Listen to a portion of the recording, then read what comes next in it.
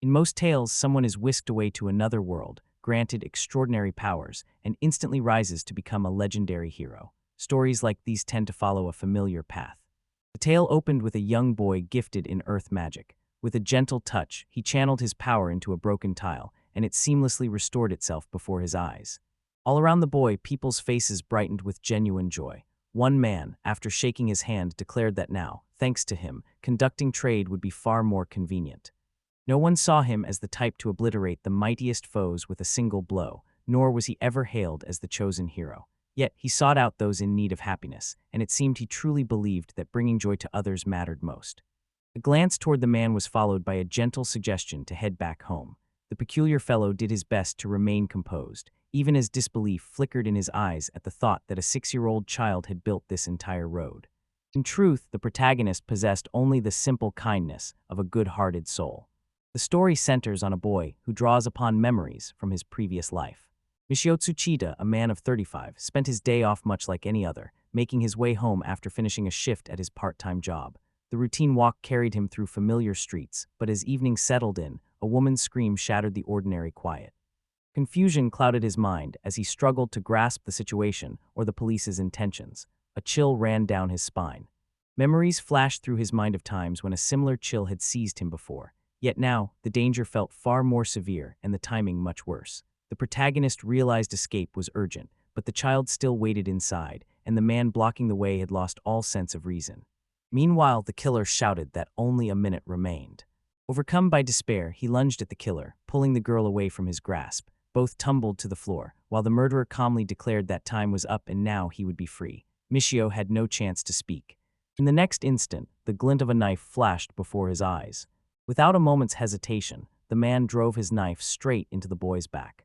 Fading fast, the main character drifted toward unconsciousness as the agitated man snapped for him to stay out of the way.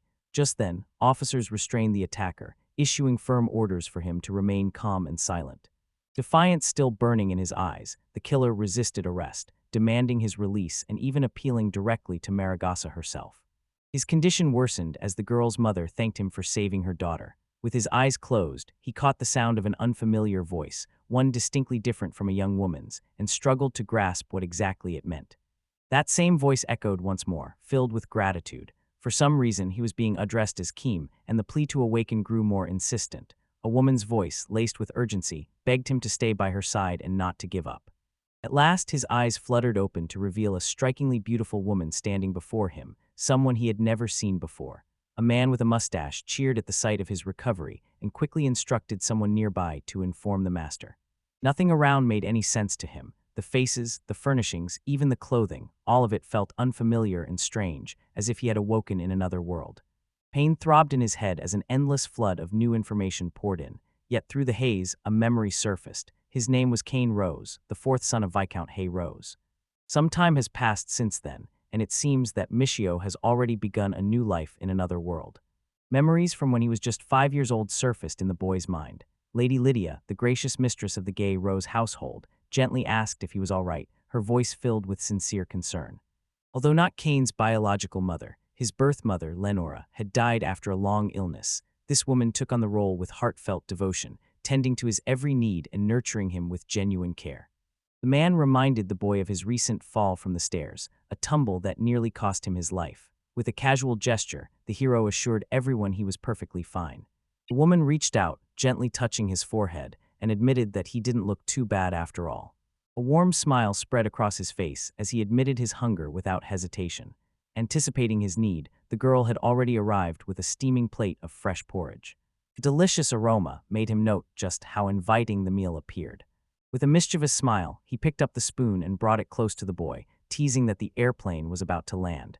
Embarrassment colored the boy's face as he assured Lydia he could manage to eat on his own. Earl insisted that he still hadn't fully recovered, so she gently asked him not to resist. Reluctantly yielding, Cain's cheeks flushed as he hesitantly parted his lips.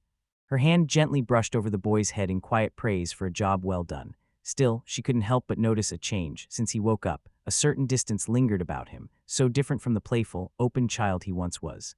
Unaware of the truth, he resolved to play the part of a child. With that intention, he dashed over to the woman and called out, "Mom." Straddling her, Hiro pressed close to her ample chest. while the girl laughed and teasingly called him a spoiled rascal. Alice Senrose, the eldest daughter of the Senrose family, appeared in the doorway. Turning to Lydia, she addressed her as mother and politely asked if she could come in. More than once, Lydia had reminded Arsha that she could open the door only with permission. Yet, on this occasion, Lydia made an exception and welcomed the girl inside. Without hesitation, she hurried to Kind's side, her voice filled with concern as she asked if he was all right, firmly insisting that he needed to rest. A gentle smile spread across Lydia's face as she noticed how flustered the girl seemed. Meanwhile, Alice remained unaware of what had triggered this response. Lydia then softly reminded her of the many days she had spent worrying about Kane, causing a faint blush to bloom on Alice's cheeks. Alistair decided to check in on Kane to make sure he was all right and not coming down with an illness. Alistair placed a gentle hand on Kane's forehead, surprised to find it perfectly cool. A soft smile spread across Kane's face as the refreshing touch sent a pleasant chill through him. 3 brothers and an older sister filled his family, each possessing an extraordinary beauty that set them apart. Their brother Luke Senris, the Viscount Senris, entered the room, noting that if Alice continued her antics, it would be impossible for Kane to find any peace. Noticing a remarkable improvement in his son's appearance, he couldn't help but feel a sense of relief. The priest announced that the boy could be baptized as soon as next week, but Kane failed to grasp what that meant. His ancestral lands held a modest status for a nobleman, a fortified town home to roughly 5,000 residents. In contrast, an average barony would boast a population of over 10,000, nearly doubling the size of his domain. In this world, every child undergoes a baptismal rite at the age of 5, after which the Lord bestows upon them a unique skill. Any child could be granted a gift, and God tested the abilities of each one. A person's entire future hinged on the specific gift they received. The thought of having his fate decided at the tender age of 5 weighed heavily on the protagonist's mind. Michio's current life stood in stark contrast to his past, yet even in this new world, fortune continued to turn its back on him. Destiny swept him into this world by pure chance, leaving him clueless about what awaited beyond the horizon. The uncertainty kindled both a flutter of excitement and a spark of curiosity within him. A spark of excitement lit up his eyes as he realized how wonderful this place truly was, filling him with the conviction that he could embrace and enjoy his new life here. Transformed from another world, infinite treasures and unimaginable power now lay within his reach. Magic coursed through every element, and the promise of sorcery offered him a path to true warriorhood. Eager anticipation flooded Kane's thoughts as he wondered what gifts would become his, and what extraordinary abilities awaited in this new life. Accompanied by his family, the hero crossed the threshold of the majestic temple, its breathtaking beauty leaving a deep impression on Lag. Pausing for a moment, the man turned to Lady Lydia and Alice, requesting that they remain inside and wait for him. Everyone held their breath, hoping Kane would gain a truly valuable skill, while Alice offered him heartfelt wishes for success. As Kane stepped into the grand hall, Bishop Sistine greeted him with a respectful bow, offering a warm welcome. "Welcome, Lord Kane." The bishop extended his hand, requesting Kane to take it so the brief baptismal ritual could begin. He also instructed Kane to close his eyes during the prayer. Following these requests, Kane complied, and soon a familiar female voice reached his ears, softly remarking that he had finally arrived. As his eyes fluttered open, a boundless, radiant void stretched before him, and a winged angel hovered in the gleaming expanse. Disorientation clouded his thoughts until the angel gently declared that he had arrived in the realm of the gods. Introducing herself as the goddess Guardia, she revealed she had summoned him to this place to offer her heartfelt thanks. Much to Kane's astonishment, the goddess of earth appeared before him, radiant and commanding. The angel remarked on the boy's quick mind, while Kane found himself surprised that she could so easily peer into his thoughts. The young man was asked whether he could recall his final moments on Earth. Vague images surfaced in his mind, memories of his death while trying to shield a small girl from danger. Anhel gently placed her hand on his and offered heartfelt gratitude for his actions. The girl he had saved was connected to her. If Kane had not stepped in to protect the child, Anhel herself would have faced serious trouble. A warm smile brightened her face as she offered heartfelt thanks to the young men, while Kane quietly noted the delicate touch of the goddess's hands. Spreading his arms in reassurance, he insisted that everything was fine, emphasizing that her safety was what truly mattered. Yet uncertainty lingered in his thoughts. If a bond truly existed between them, why had the goddess been unable to save herself on her own? Without denying her immense power, she explained that intervening would have twisted both the earth and this world beyond recognition. For this reason, the goddess sincerely thanked Kane for safeguarding her life. An overwhelming sense of happiness washed over him when he learned that his existence had made a difference in the world. All his longing centered on one simple wish, to know that his life truly mattered. The angel stepped forward, offering to handle the matter personally, and shared what was truly happening with Cain. Delight filled him at the sight of the status screen he had long dreamed of witnessing in reality. The goddess, equally astonished, took note that the young man already possessed several skills. Without even noticing it at first, the hero felt something shift deep within after the passing of his mother, Lanner. Only now does he remember. In that moment, as he held her hand, a gentle light began to glow from his palm. This was how he inherited his mother's healing magic, a gift passed on in her final moments. Remember this moment, the angel spoke, offering him, as a token of gratitude for saving her, 3 unique abilities. Out of nowhere, a roulette wheel appeared before them. The girl invited the boy to pull its lever. Startled by the sudden appearance of the roulette wheel before him, the young man stared at it in confusion, completely unfamiliar with its purpose. He guessed it had something to do with gambling. Just as he began piecing together the rules of the game, he found himself baffled by one thing. There seemed to be no way for him to make his own choice. In the past, people chose skills that could upset the balance of the world, prompting a shift to random allocation. The gods responded by increasing the number of reincarnations, while the angel quietly hoped she hadn't brought him too much trouble. Approaching the Wheel of Fortune, she released a quiet sigh, the weight of divinity pressing on her shoulders. Instinctively, she appealed to the wheel, wishing for it to grant her the finest abilities.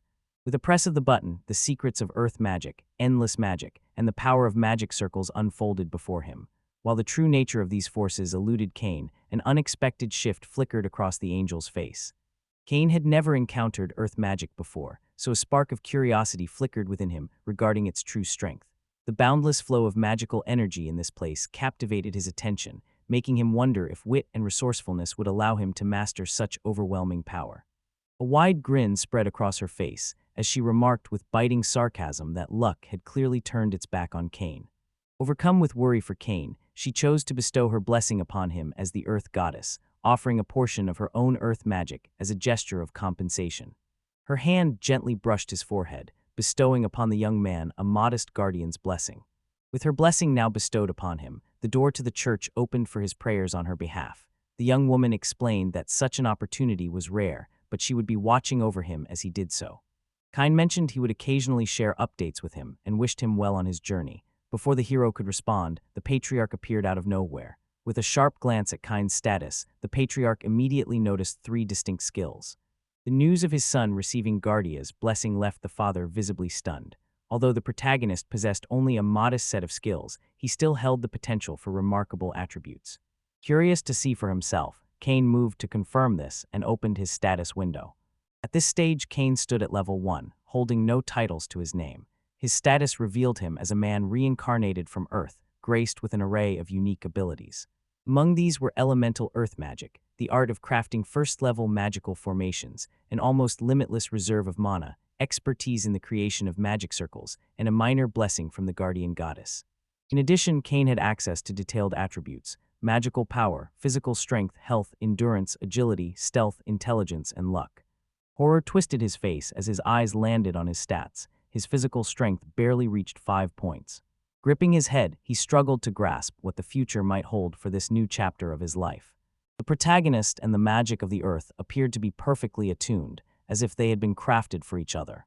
With each passing day, his understanding of his own abilities and his talent for shaping objects from clay deepened. Drawing upon his unique talents, the boy crafted a banknote unlike any his parents had encountered before. Their faces lit up with astonishment at this remarkable creation. Enthusiasm lit up father's face as he immediately imagined how this invention could be put to good use in the world of agriculture. A man entered the room and, turning to the master, enthusiastically announced that Mr. Cain had accomplished something extraordinary. He had somehow created a field, and it was already yielding a bountiful harvest. The event unfolded quietly and with restraint, perfectly in line with his character and never striving for grandeur. Once reborn into another world, this person acquired not 1 but 3 unique abilities. Up until now, everything had unfolded perfectly.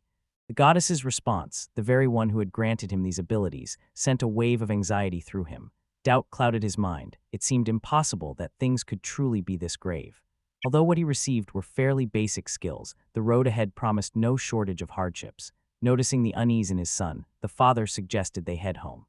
Exiting the bishop's office, the boy left behind a girl lost in thought.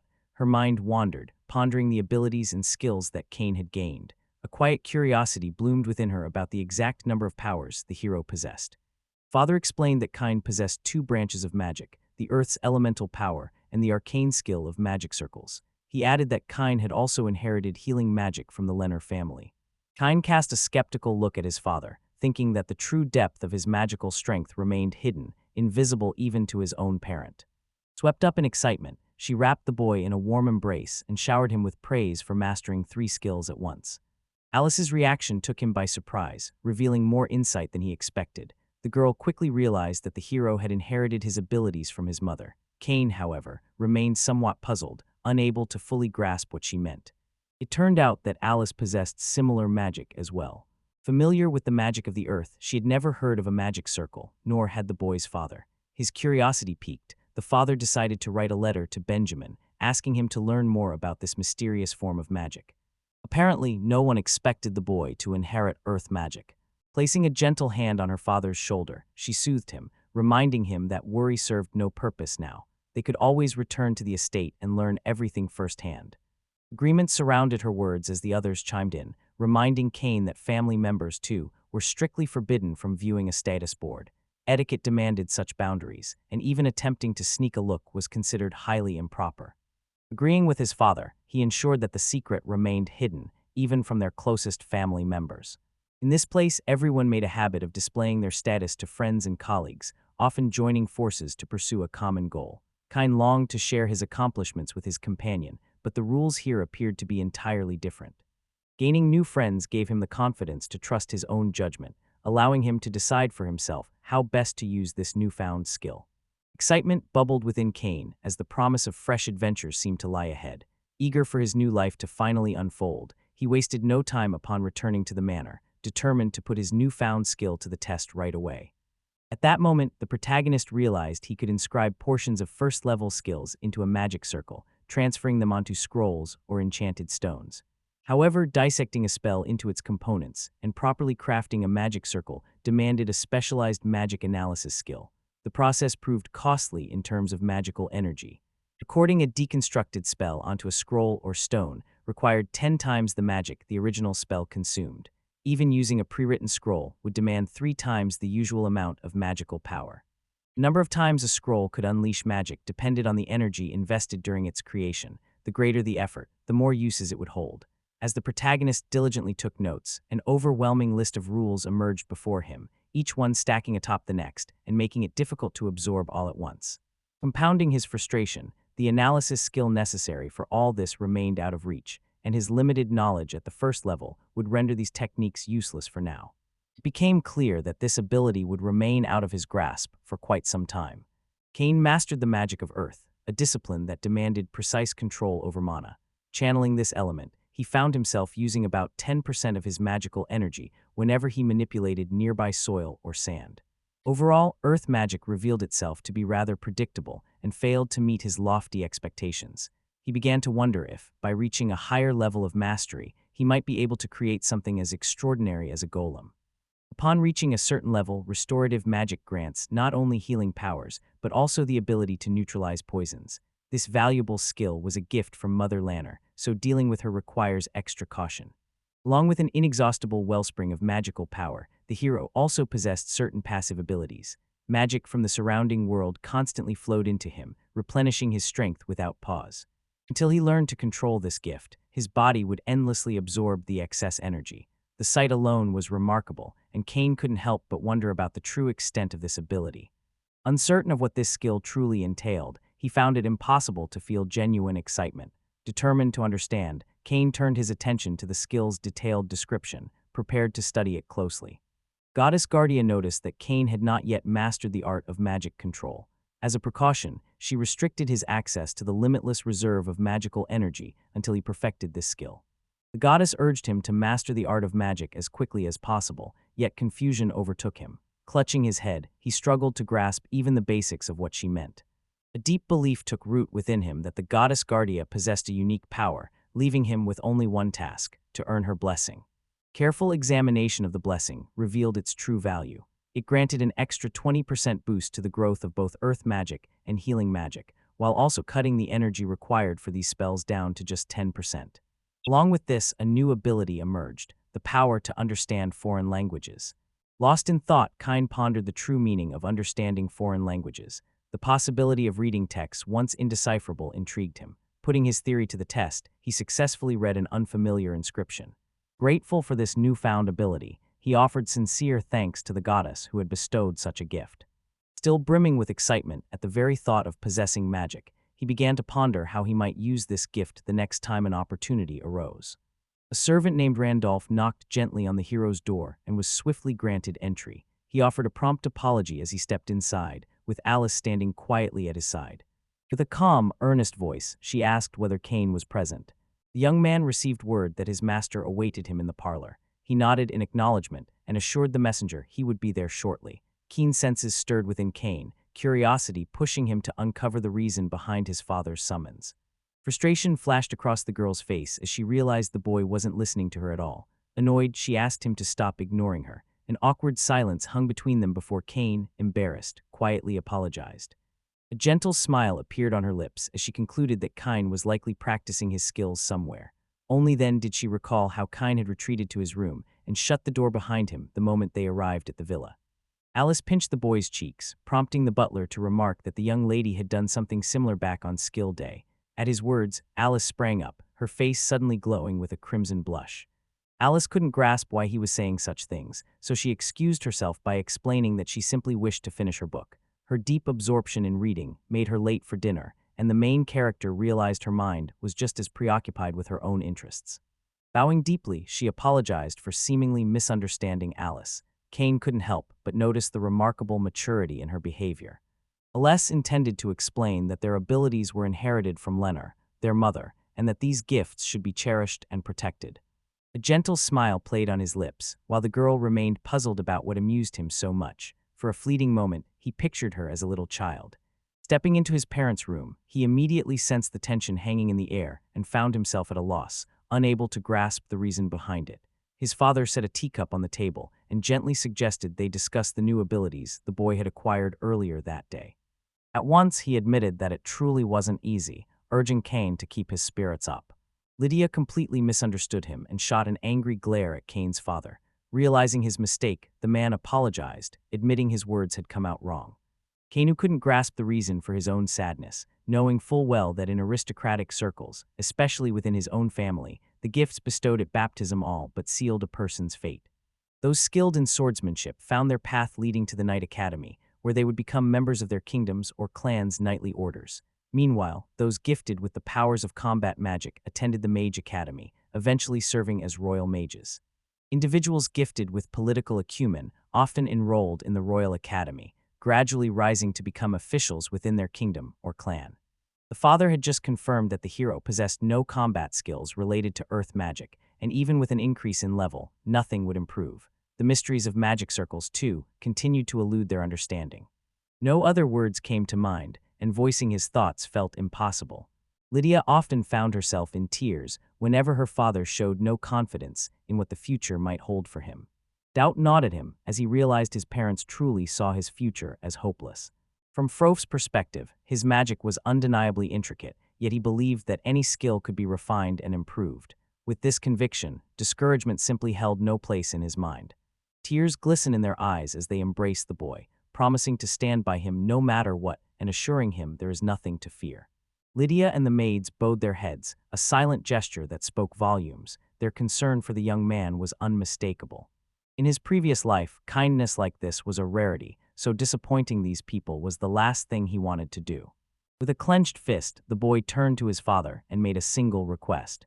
Mastery over earth magic demanded command of the art of magic itself, so the boy sought guidance from his father, hoping to learn this essential skill. If his father possessed knowledge of how to acquire such a talent, he should have shared it with his son long ago.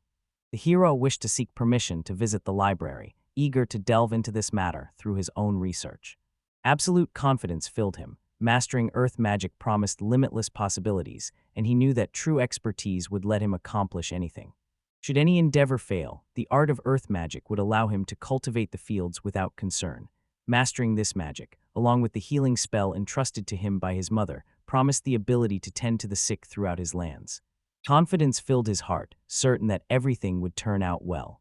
Wanting to spare his parents any worry, the hero carried himself with a calm composure that left his mother and father quietly astonished.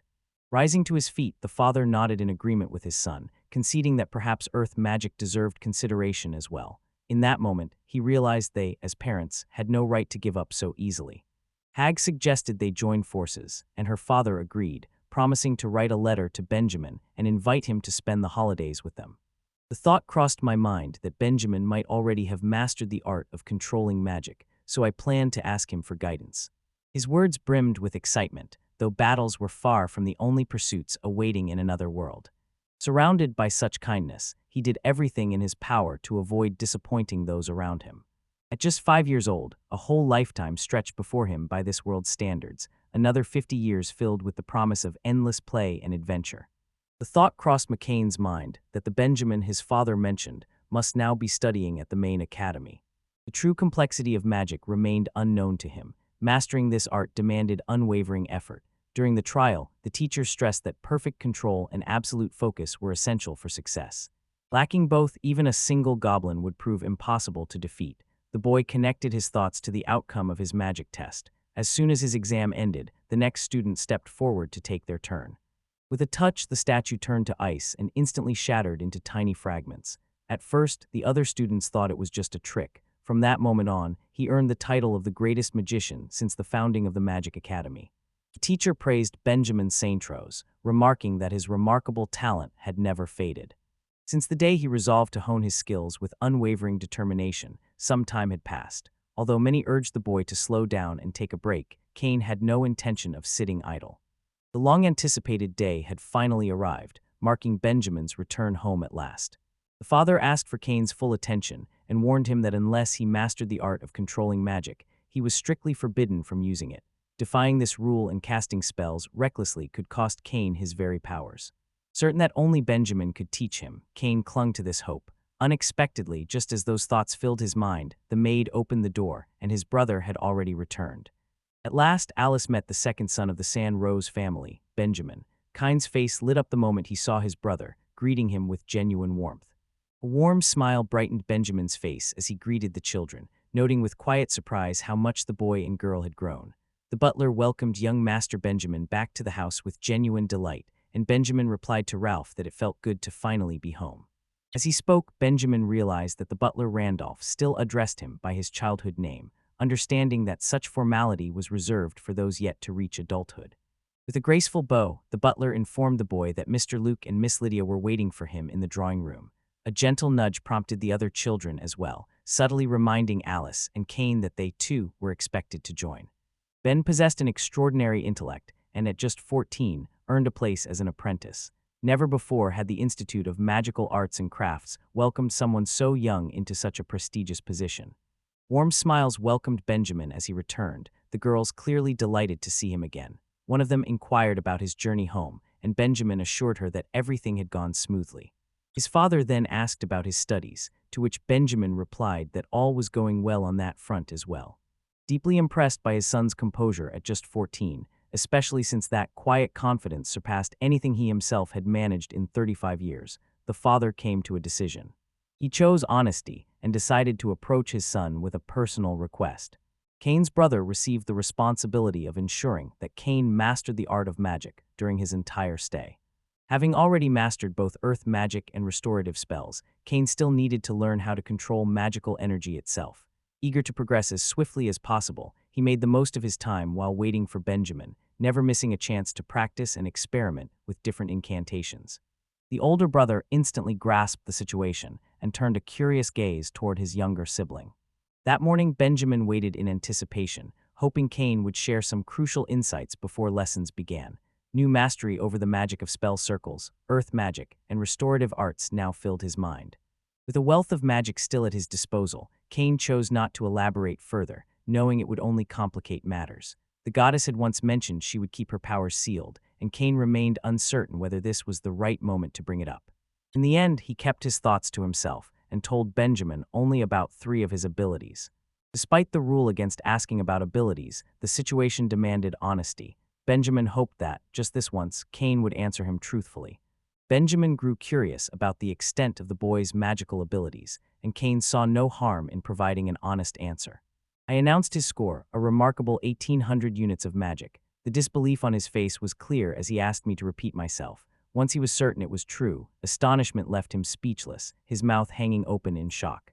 The outcome far exceeded every expectation. It was 10 times greater than they had hoped, and nearly 6 times more than what the boy could achieve with his 320 units. Realizing the need for a fresh training approach, the elder brother told the boy they would be taking a new direction from now on. With that decided, he instructed the cane to bring its hand closer to him. Strapping the bracelet onto his wrist, he delivered a firm command. The band must remain until mastery over magic had been achieved.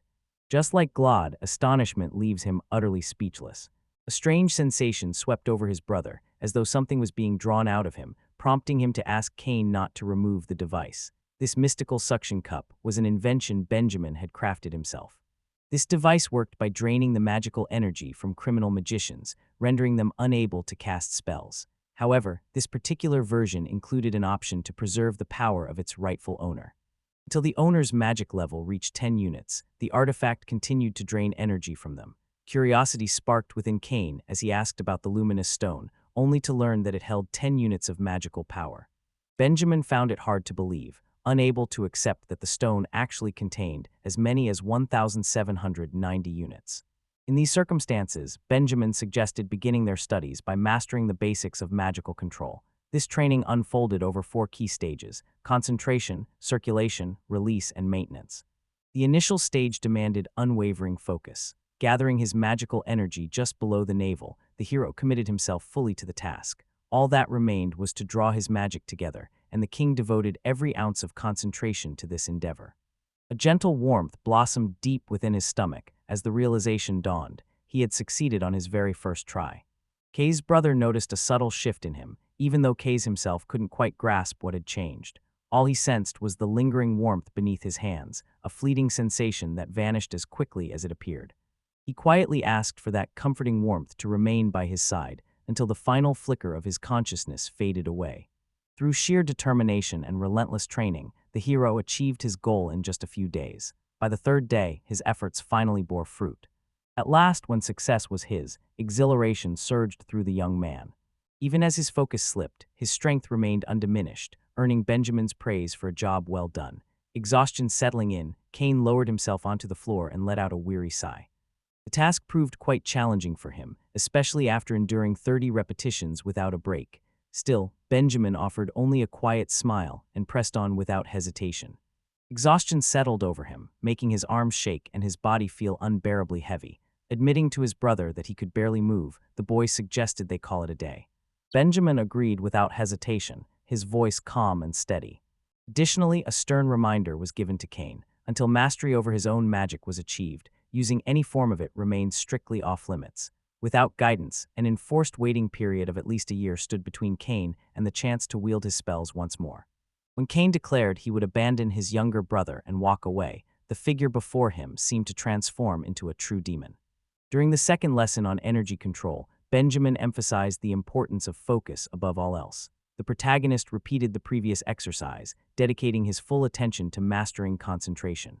Striving to appear even more confident, he carried out the task with a bright smile, convinced of his own cleverness. Ahead of him awaited ample opportunities to prove his true skill. At his older brother's request, he attempted to guide the gathered magical energy into his own heart. Visualizing the steady rise of energy to his chest, the hero carefully followed his older brother's guidance. Completely still, she remained oblivious to everything unfolding around her. 10 minutes slipped by in this unmoving state. Sinking once more to the floor, she became utterly still, frozen in place. Benjamin noticed her struggle to get started and offered his assistance. Cain's brother quietly encouraged him to focus once more and gently place his hands on his abdomen. Magical energy began to gather into spheres, and a subtle ache blossomed within Cain. Despite the discomfort, patience was his only choice. Wrapping his arms tightly around his younger brother, he steadied the boy just as a loud, piercing cry escaped the child's lips. Tears welled up in his eyes as he admitted the pain coursing through him. The procedure, though agonizing, was essential. It involved expanding the narrow magic channels within his body, allowing the flow of magic to become smoother. Naturally, such a process could not take place without pain. Despite another fall, Benjamin remarked that today they had shown their very best. Power surged within as he unveiled the secret to his younger brother. True mastery, he revealed, comes by guiding this force. Draw it up from the lower belly to the chest, then let it flow from the head back to the chest. Sweep it from the left arm to the right, channel it from the right leg to the left, and finally return it from the left leg down to the lower abdomen. Tears nearly welled up in his eyes as the thought struck him that his older brother might truly be a demon. 5 days had slipped by since that ordeal with the searing pain. Since then, wary glances from Cain would occasionally flicker Benjamin's way. It seemed likely to Benjamin that he had been too harsh with Cain during their last encounter. Time was running out, so Cain quickly informed his brother that everything had been prepared. Cain, surprised by how swiftly the boy mastered the circulation technique, requested a demonstration of his results. Focusing intently, I noticed that when the shifted magical energy gathered once more in my lower abdomen, it felt denser and more concentrated than before. The advice came that balancing the magic within would let him move more swiftly from now on. Benjamin laughed, agreeing with a smile that this truly was an excellent idea. Klein's habit of relentless hard work, forged during his days as a corporate drudge, still shaped his life. Training continued day after day, even when Ben was absent, and each small victory filled him with quiet satisfaction. During the third lesson on releasing energy, Benjamin was instructed to press his palms together in front of his chest, shaping them into a circle. Guided to align his hands perfectly, he focused on channeling the flow of energy within the ring they formed. At this point, the purpose was still unclear to Cain, and the process remained a mystery to him. News reached Benjamin that his brother had injured his right hand and was unable to channel his magic. Wasting no time, Benjamin offered the boy 3 possible solutions to overcome this setback. The first option involved assisting with the improvement of magical circulation. The second approach required slightly lowering the magic level before attempting once more. Meanwhile, the third option called for increasing the magic and starting the process entirely from scratch. A shadow seemed to settle over Benjamin as he posed the question to Cain, asking which of the 3 choices he would take. In that moment, Cain glimpsed once more the demonic nature lurking within Benjamin. He felt certain that no matter which path he chose, each would inevitably lead him towards suffering. Surprise flickered across his face as the boy chose the first option. Placing his hands gently on Keen's back, the boy quietly asked him to begin the cycle again. A surge of Brother Ben's magic coursed through the hero, sharpening and refining his own magical energy until it felt more precise and vivid within him. Another sharp cry of pain escaped Cain as the agony gripped him with unrelenting force, the sensation refusing to fade. It seemed as though someone from the outside was intentionally intensifying his suffering. After receiving praise and learning that magical power had flowed into his left hand, the boy steered the stream of energy with renewed confidence. To tap into the magic within, he had to release the energy coursing through his body, a process known simply as unleashing. Eyes brimming with tears, he glanced at his brother. For a moment, Benjamin thought he heard him speak, but the young man quickly fell silent, insisting he hadn't uttered a word.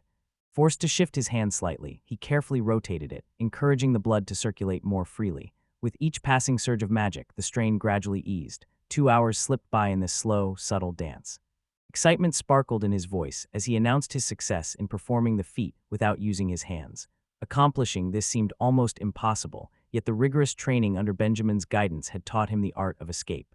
The fourth lesson arrived, focusing on mastering the skill of holding power. Recognizing the potential dangers, Benjamin chose to conduct this training outside the house. With a stern warning, he instructed the boy never to lose focus for even a moment during the exercise. Should concentration slip, he was to immediately raise his arms diagonally in front of him. The purpose behind raising both arms diagonally eluded him. Following Benjamin's advice, he chose to focus first on mastering the circulation process, gathering magic patiently before attempting to release its energy. Cain paid close attention to Benjamin and carefully followed his instructions, firmly pressing the energy between his palms and slowly shaping it into a smooth, perfect sphere. The sensation of magic draining from his body pressed upon him, yet he had no choice but to keep releasing it, all the while aware that something was terribly wrong. Suddenly, an explosion echoed through the air, startling Benjamin as well. At last, understanding dawned on Cain. A sharp slap from his older brother jolted him back to reality, just as he had been warned it would. Remembering the lesson, Cain knew he should have raised his arms diagonally in front of him the moment his focus began to slip. His eyes widened in astonishment as he gazed at the massive hole he had just created. The echo of his brother's warnings often sounded in his mind whenever he strayed from the path of caution. Magic, after all, was no mere toy. It demanded careful and responsible use. Shaking his head, he mused over the seriousness of magic, recognizing it as far from child's play. A nagging certainty tugged at him. Somewhere along the way, a mistake had been made. Yet the thought that troubled him most was the prospect of ending up in another world, never mastering the art of sorcery. In truth, even the smallest mistake could have led to far more severe consequences. Benjamin's genuine surprise showed when Cain approached him once more, asking for guidance and promising, this time, to keep his word. He vowed to stop making excuses or complaining, and earnestly asked his brother to see his training through to the end. A gentle smile played on his lips as he suggested to Cain that they start everything over from the very beginning. 4 days slipped by after that conversation. During this period, the protagonist mastered the art of controlling magic, and this skill was now proudly displayed in his status. A burst of joy propelled him into the air as he proclaimed his triumph, while Benjamin applauded warmly, his applause heartfelt and genuine. He congratulated the young man on his impressive achievement, noting how rare it was to master a new skill so quickly. Bowing his head, the boy offered heartfelt thanks to his brother for the support. Benjamin then mentioned that if he completed this training, he would gain the ability to launch attacks, even without relying on spells. Benjamin showcased his extraordinary strength to his brother by unleashing a tremendous explosion. Where his power struck, a crater formed, 5 times wider and deeper than the one Keynes had created. The stunned boy could only gape and joke that his brother must have come straight out of Dragon Ball. After witnessing this display, he silently vowed never to get on Benjamin's bad side again. 2 years after Benjamin left for New Year's, Alice and Cain waved goodbye to their brother, a sense of longing settling in as they watched him depart. Grueling training sessions drained every ounce of his strength, yet the moment he mastered magic for the first time, a deep sense of pride filled him. From that day forward, the full extent of his magical power lay at his command. The memory of Benjamin's bracelet surfaced in his mind, prompting him to slip it off quickly before its magical power faded away. Determined to succeed, he prepared to use the technique his brother had taught him. Focusing intently, he channeled all his energy into maintaining a steady, concentrated circulation. Pain no longer hindered him, but instead became his shield, and a layer of stone-like armor spread across his body. Grabbing a pair of medium-sized stones, he struck them forcefully against the wall. The effort paid off, and a gleam of happiness lit up the boy's eyes. Pure delight sparkled in his eyes as he bounced with joy, savoring his success. Lost in thought, the boy began to wonder what else, besides stones and holes, might serve his purpose. Having already mastered the creation of stones, the boy turned his attention to the challenge of forming holes. Focusing intently, he gathered his magical energy and attempted to carve an opening. Although a small hole had finally been made, its minuscule size brought a wave of disappointment over the boy. With legs growing tense and magical energy nearly depleted, the hero realized that only 20 units of magic remained at his command. The rest had vanished into the ethereal maw of a magic absorber. Clearly, this would not suffice. Resolute, he set his mind on increasing his power, choosing to train diligently alongside Benjamin. The hero succeeded in elevating his inner strength and refining his abilities. Jolted awake, he sprang from the bed and realized he had dozed off by accident. Evening shadows had already settled throughout the room. Surprise flickered within him as a surge of magic greater than ever before coursed through his body. Curious, he decided to inspect his status. Once he removed the magical leech, his strength returned in full. Now possessing only 1/100th of his former magical power, he found the sensation oddly unfamiliar. Yet the sheer magnitude of what remained still delighted him deeply. Eager to make the most of this newfound strength, the hero decided to waste no time and immediately began training his magic. Along the road, she crossed paths with him and asked about his destination. With lunchtime approaching, Cain awkwardly admitted he wasn't heading to class. Aware that if she learned he had been practicing magic instead of attending lessons, she would become truly furious, the thought made him uneasy. He explained that he and his sister Alice had been studying letters, and feeling a bit tired, decided to take a walk. Lydia's lips curled into a smile at his reply, clearly pleased with the answer. Admitting that a short break was necessary, he apologized for her lack of trust. The words unsettled Kana, and a wave of guilt washed over him. In his mind, he silently begged his mother for forgiveness. Stepping into the yard, a wave of surprise washed over him as his gaze landed on the hole. Kano had been certain it would have disappeared long ago. The magic remained steadfast, threatening potential harm if handled carelessly. Kine realized he needed a way to dispel it, and just then, an idea sparked in his mind. Deciding to put his magic to the test, he commanded the pit to vanish. The effect struck him as incredibly impressive. The hole vanished without a trace. It became clear that magic could effortlessly erase events it had set in motion. Destroying a magical effect appeared to demand twice as much power as it took to create it. Erasing all traces of magic required pouring in double the energy originally invested. Only those sorcerers blessed with a truly vast well of magic could manage such a feat. A gentle smile crossed his lips as curiosity pulled him forward to explore the place. Soon after, he conjured numerous openings, eager to uncover its secrets. After carving the holes, a spell of destruction finished the job, prompting him to realize that earth magic truly held its own unique advantages. At dawn the next day, the hero awoke brimming with energy and eager to embrace new challenges. Sunlight poured down once more, and anticipation filled the hero as the thought of practicing magic again danced in his mind. Watching her brother, Alice reflected on his luck. He often had the freedom to set off on new adventures, while her own day would be spent, yet again, heading to school. Tears threatened to spill from her eyes as she confessed to Lydia that she no longer wanted anything to do with mathematics. Lydia wished her luck with Cain, mentioning the upcoming lesson. The girl, puzzled by Lydia's words, clarified that her study session with Cain was supposed to be today. Alice simply replied that Cain was always off somewhere, never around when needed.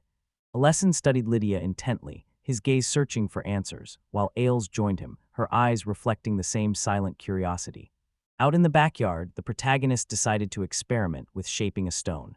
Focusing intently, he commanded the rock to obey his will, transforming an ordinary piece of stone into a perfectly smooth cube. Leaning in closer, the boy expected to find an ordinary stone. Instead, a perfectly rectangular cube rested before him. The experiment had succeeded. Elated, he jumped up and made up his mind to test his earth magic again today. After crafting several more stone blocks, the young man felt a genuine sense of accomplishment, as if he were a master builder. As the day drew to a close, he paused to reflect on all he had achieved. Tyro reviewed the inspection results, operating under the assumption that circulation was involved. Upon activation, the spell easily carves a hole in the ground, roughly the size of a manhole cover and about 10 centimeters deep. When visualizing a deeper hole, the spell forms it at the desired depth, but the overall size shrinks to preserve the same volume. By focusing intently on the bottom of the hole after its creation, it can be deepened even further. Repeating this process several times can double the initial volume, and with a triple circulation technique, the volume increases threefold. However, the sides of the hole become increasingly unstable, making them prone to collapsing if struck by a rock or other object. When dealing with stone, manipulating the side length through visualization is possible, though the total volume remains constant. Cain experimented with different shapes, but only a square formation worked. Utilizing the circulation method, he managed to increase the side length to 15 centimeters. After 2 repetitions, it extended to 19 centimeters, and a triple cycle pushed it to 21. Specifying a precise number or invoking a coefficient like 2 or 3 within the spell boosts the dimensions even further. A curious discovery emerged. Channeling magic during the whole creation in soil reduces energy consumption. Moreover, transforming earth into stone demands far less magical energy than conjuring stone from raw magic alone. Drawing upon his boundless magical energy, the hero summoned the power to shape the cellar and dig a well with barely a thought. Such feats proved trivial for a wizard of his caliber. The thought crossed the hero's mind. Perhaps it was possible to produce stones of identical size in great numbers, perfect for building sturdy walls and paving smooth roads. A gentle smile played on his lips as he silently acknowledged the remarkable usefulness of earth magic. Just as he prepared to resume his exercises, a familiar voice called out. Lydia had found him, accompanied by Alice, her presence signaling that his search was finally over. The truth came to light when Alice confided everything to her, revealing that Cain had lied about going to school. Deep down, Alice felt it was truly unfair that only Cain was allowed to play outside. Pulling the boy along, she moved forward with determination, while Kainu focused intently on mastering the art of magic on his own. Ignored by everyone else, he eventually found himself seated at the same table as Alice. A heavy sigh escaped him. Comprehending and reading, the material offered no real challenge, yet he was forced to waste time practicing basic words with no real purpose. At 35 years old, he found himself completing exercises meant for a 6-year-old, a routine that seemed to drag on without end. 6 months had slipped by since the day Benjamin left. Kain's relentless training had finally borne fruit. Mastery over earth magic had reached the 2nd level, while his command of magical energies became smooth and precise. The skill Limitless Magic Reserve had awakened into an active ability. On top of all these accomplishments, he had even picked up the knack for evading his academic duties. One day, drawn by curiosity, Kane stepped out into the yard to examine the plants. With his skills now fully mastered, Kane set out to discover what new possibilities awaited him. 3 new abilities expanded his arsenal: Earth Bastion, Field Generation, and Clay Formation. Earth Bastion enabled him to conjure a barrier of earth, 1 meter thick and 2 meters tall, consuming 12 energy points each time. The next skill allowed him to soften a patch of ground 2 meters by 2, transforming it into loose, pliable soil for the same energy cost. Lastly, the power to mold clay and sculpt any shape from sand also demanded 12 points of energy. While conjuring an earthen pillar, Kane gained the ability to select a target for his stone orb. The 2 additional skills offered impressive versatility as well. Still, many dismissed earth magic as a failure. In the past, even his parents had often voiced their doubts about the path he had chosen. Refusing to see this as a failure, he made up his mind to try again that very day. A massive wall rose up, crafted by his own hand, as he hurled stone spheres directly at its sturdy surface. Relief washed over him when he saw that the wall remained standing despite the assault of stone cannonballs. With curiosity sparked, he resolved to count exactly how many shots it would take to finally break through. On his 10th shot, he finally managed to break through the wall, despite its sturdy construction. Suddenly, a stranger came up behind the boy and suggested that perhaps Master Kane was practicing magic. Hardy Smild was his name, and he quickly noticed the boy's remarkable talent. Hardy held the positions of both gardener and coachman at the Sanrose estate. Standing before them was a stocky man in his early 30s, a noticeable scar slashing above his left eye and one arm missing. The lost limb was a souvenir from a fierce encounter with Dean, after which he had found shelter within the walls of the Sanrose residence, where he eventually earned a place among the staff. Despite losing an arm, he skillfully maneuvered his wheelchair and tended both the vegetable garden and flower beds with care. While his appearance might have seemed harsh, the truth was that he possessed an exceptionally gentle and kind nature. A gentle smile appeared on his face as he asked the guard what had happened. The guard explained that it was the perfect season to plant sweet potatoes for the winter harvest, so he was preparing the field for cultivation. This variety of potato quickly became my favorite, especially when roasted, as its remarkable sweetness always stood out. In my eyes, the melancholy Sima embodied this sweet potato, her kindness a rare treasure in a world often lacking warmth. The man made up his mind to plow the field, and the hero offered him a word of encouragement. Kane glanced at the heap of stones nearby, and the prospect of clearing them away lingered uneasily in his thoughts. Activating his deletion skill, he swiftly cleared away the mound of stones. With the area now spotless, Kane finally turned his full attention to the keeper's tasks. Tirelessly, he broke through the stubborn earth, tangled with thick weeds and strewn with stones. Many more tasks clearly awaited him. Focusing intently on his mastery of scorching the earth and shaping the soil, he molded rich clay with skills that had now reached the 2nd level. Summoning the Guardian, the hero watched as the protector approached him without delay. Offering his assistance, he waited, but the man hesitated, uncertainty clouding his face. A desire to try something new stirred within him. Oregon confided in the Guardian, expressing a desire to experiment with earth magic, although the true nature of that power still eluded him. The Guardian asked the man about the size he wanted for his new mandarin grove. Picking up a rake, the Guardian walked over and demonstrated the possible dimensions of the field, making the area clear for the young man to see. Surveying the field, which stretched as wide as a badminton court, the hero realized it was time to muster all his effort and fully concentrate on his magic. Channeling his magical energy into the ground beneath the square, the hero unleashed the skill known as Earth Delver. The magic known as Earthen Cane astonished everyone as the once solid ground instantly softened, becoming pliable and obedient. The digging skill gently loosened the earth, transforming it into soft, crumbly soil. The hero recognized that this ability was perfectly suited for preparing fields. Although its effect remained limited for now, each new level promised the potential to cultivate entire hectares with ease. Determined to push his limits, the hero repeatedly activated the earth-digging skill, each use leaving the ground increasingly disturbed beneath his feet. The task was finished, and the land finally stood ready for planting. Deeply impressed, the man admired Kane's hard work. Astonishment filled the man's face as he realized the task he had planned for 10 days was already finished. He grasped the boy's hand and offered heartfelt thanks to Mr. Kane for his invaluable assistance. Plowing the field with one hand would have taken him ages, but earth magic allowed him to finish the task in no time and move on to other chores. Grateful for the help, the hero felt a faint blush of embarrassment. In high spirits, he set out to fetch potatoes for the boys. With a bright smile, Kane glanced over the garden beds, contemplating the demanding nature of farming in this place. With his command over earth magic, Kane found the work in the garden much easier. As he was tending to the plants, a guard approached and announced that he had brought potatoes. Surprise flickered across his face as he watched the guard plant whole potatoes in the ground, since he had always believed they should be sown using sprouted shoots instead. His words puzzled me, as in Satsuma, planting potatoes this way had always been the norm. It became clear to me that the knowledge and techniques for growing crops here differed greatly from those in my own world. Back in middle school, our shop teacher insisted that without seedlings, the harvest in Satsuma would be disappointing. That memory made me wonder if his words held true, even here. An offer was made to share some seed potatoes, since a desire had sparked to cultivate a personal field and grow Satsuma as well. The other man agreed, promising to prepare a neighboring plot and handle all ongoing tasks.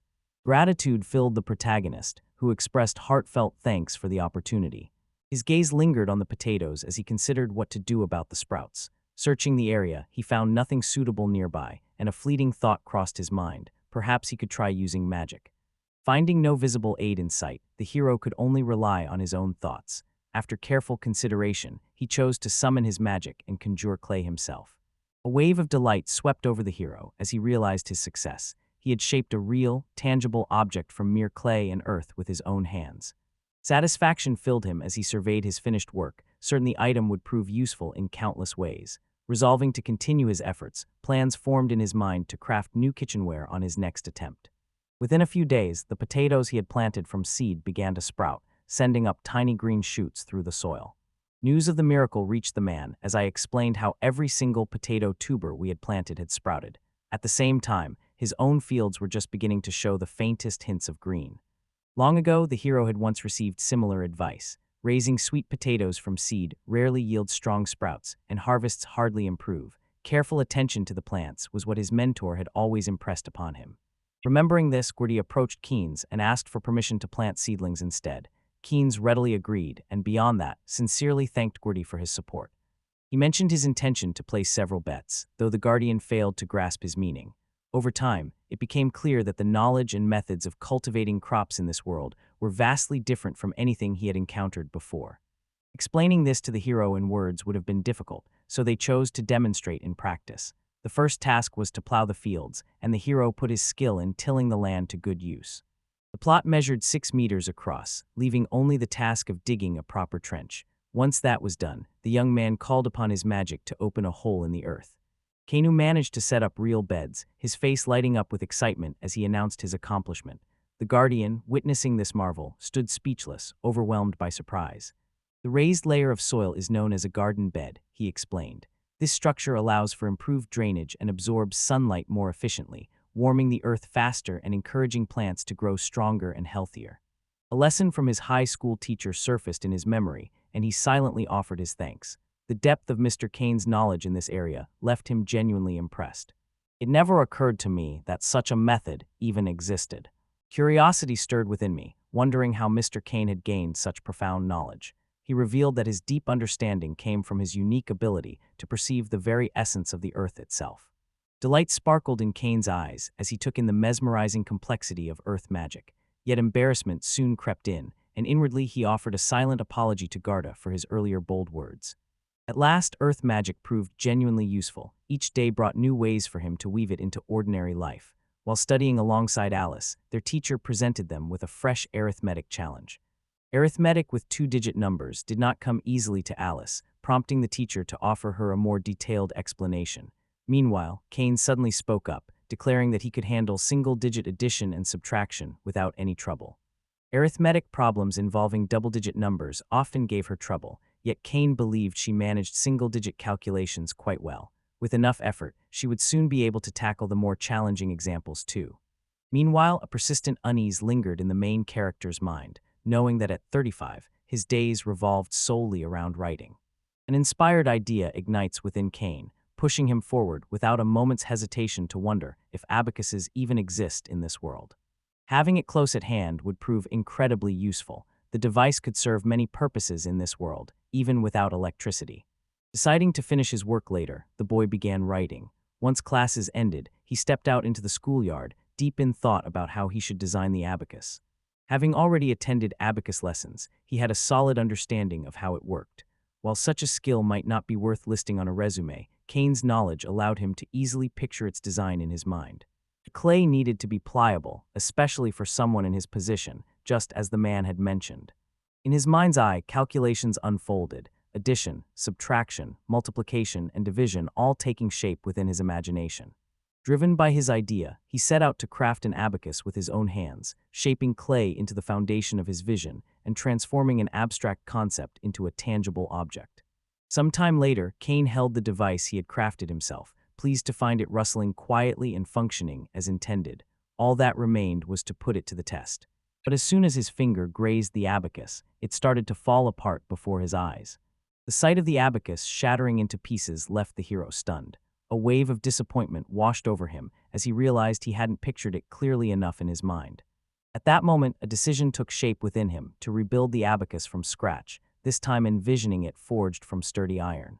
At first, a stone frame served as her foundation, but it quickly proved too fragile. Now crafted from iron, the abacus stood sturdy and dependable, no longer prone to breaking so easily. Testing the item in practice, he compared its use to playing an iron viola. The effortless flow of music held his interest, his skills turning it into a simple and natural performance. However, for someone unaccustomed to such tasks, mastering it would pose a real challenge. Achieving the desired outcome took several rounds of trial and error. Completing the task with skill, he found genuine satisfaction in his work. The playground turned out to be slightly larger than the one they had back on Earth, making the game a bit more challenging. Unfamiliar noises drifted through the air, but they didn't bother him. What mattered was that everything held firm and nothing broke. Kane hoped this place would be useful for his sister. The hero carefully examined the second and fifth abacuses as well. Admitting the truth to himself, he realized that using them would not be easy, though perhaps they would prove useful one day. Sooner or later, he would have to explain how such an idea even occurred to him. Kane suspected that something similar already existed in this world, albeit with a few notable differences. With Benjamin's brother nowhere in sight, Kane chose to bring the matter before Mother Lydia instead. Anxiety etched itself onto Kane's face as his hands moved restlessly to cradle his head. Uncertainty clouded their minds as they struggled to find a way to repay the family debt. Confusion flickered across his face, uncertain about the debt in question. At that moment, a maid slipped quietly to his side and inquired what Mr. Kane might be seeking here. Startled by her sudden presence, the young man stammered that he was looking for Mrs. Lydia. The maid calmly informed him that Mrs. Lydia was currently in the library. With a heavy sigh, he reflected on his good fortune this time. As he hurried toward the library, thoughts drifted unbidden through his mind, wondering if they truly had outstanding debts. A cold dread crept over him at the thought that this could tear his family apart. After all, he had shared only 6 short years with them. His fist clenched tightly, unwilling to accept what was happening. Witnessing their sorrow pained him deeply, yet uncertainty gnawed at him, leaving him at a loss for what to do next. Only the magic of this land and memories from a previous life remained to him. With these, he would expand and enrich their domain, using the knowledge he had gained to support his family. By chance, Organist learned of the financial troubles plaguing Gay Rose House and resolved to transform the estate to offer every possible assistance. Uncertainty lingered, however, as he struggled to determine where his efforts should begin. Powerless to act, Kane sensed that time was running out. The fear of being too late pressed on his thoughts as he considered what could still be done. For now, he resolved to seek out Mother Lydia and question her about the numbers. Making his way toward the library, he carried a lingering doubt that someone as young as him might not be granted entry.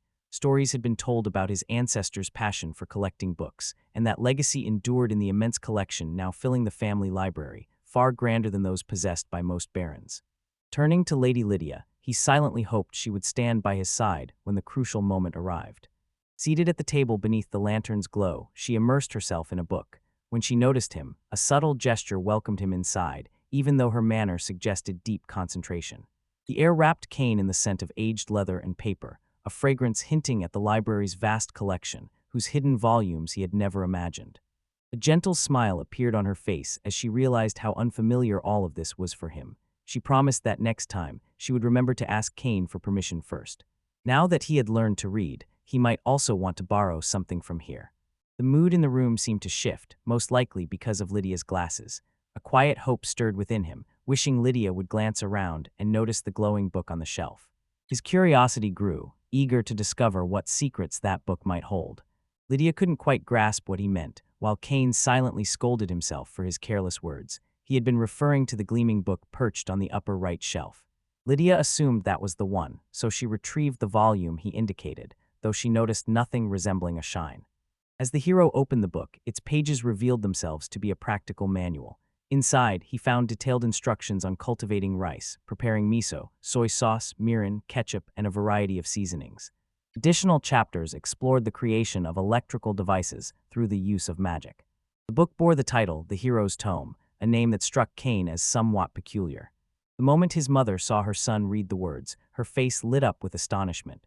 The realization that he could understand the writing left her deeply impressed.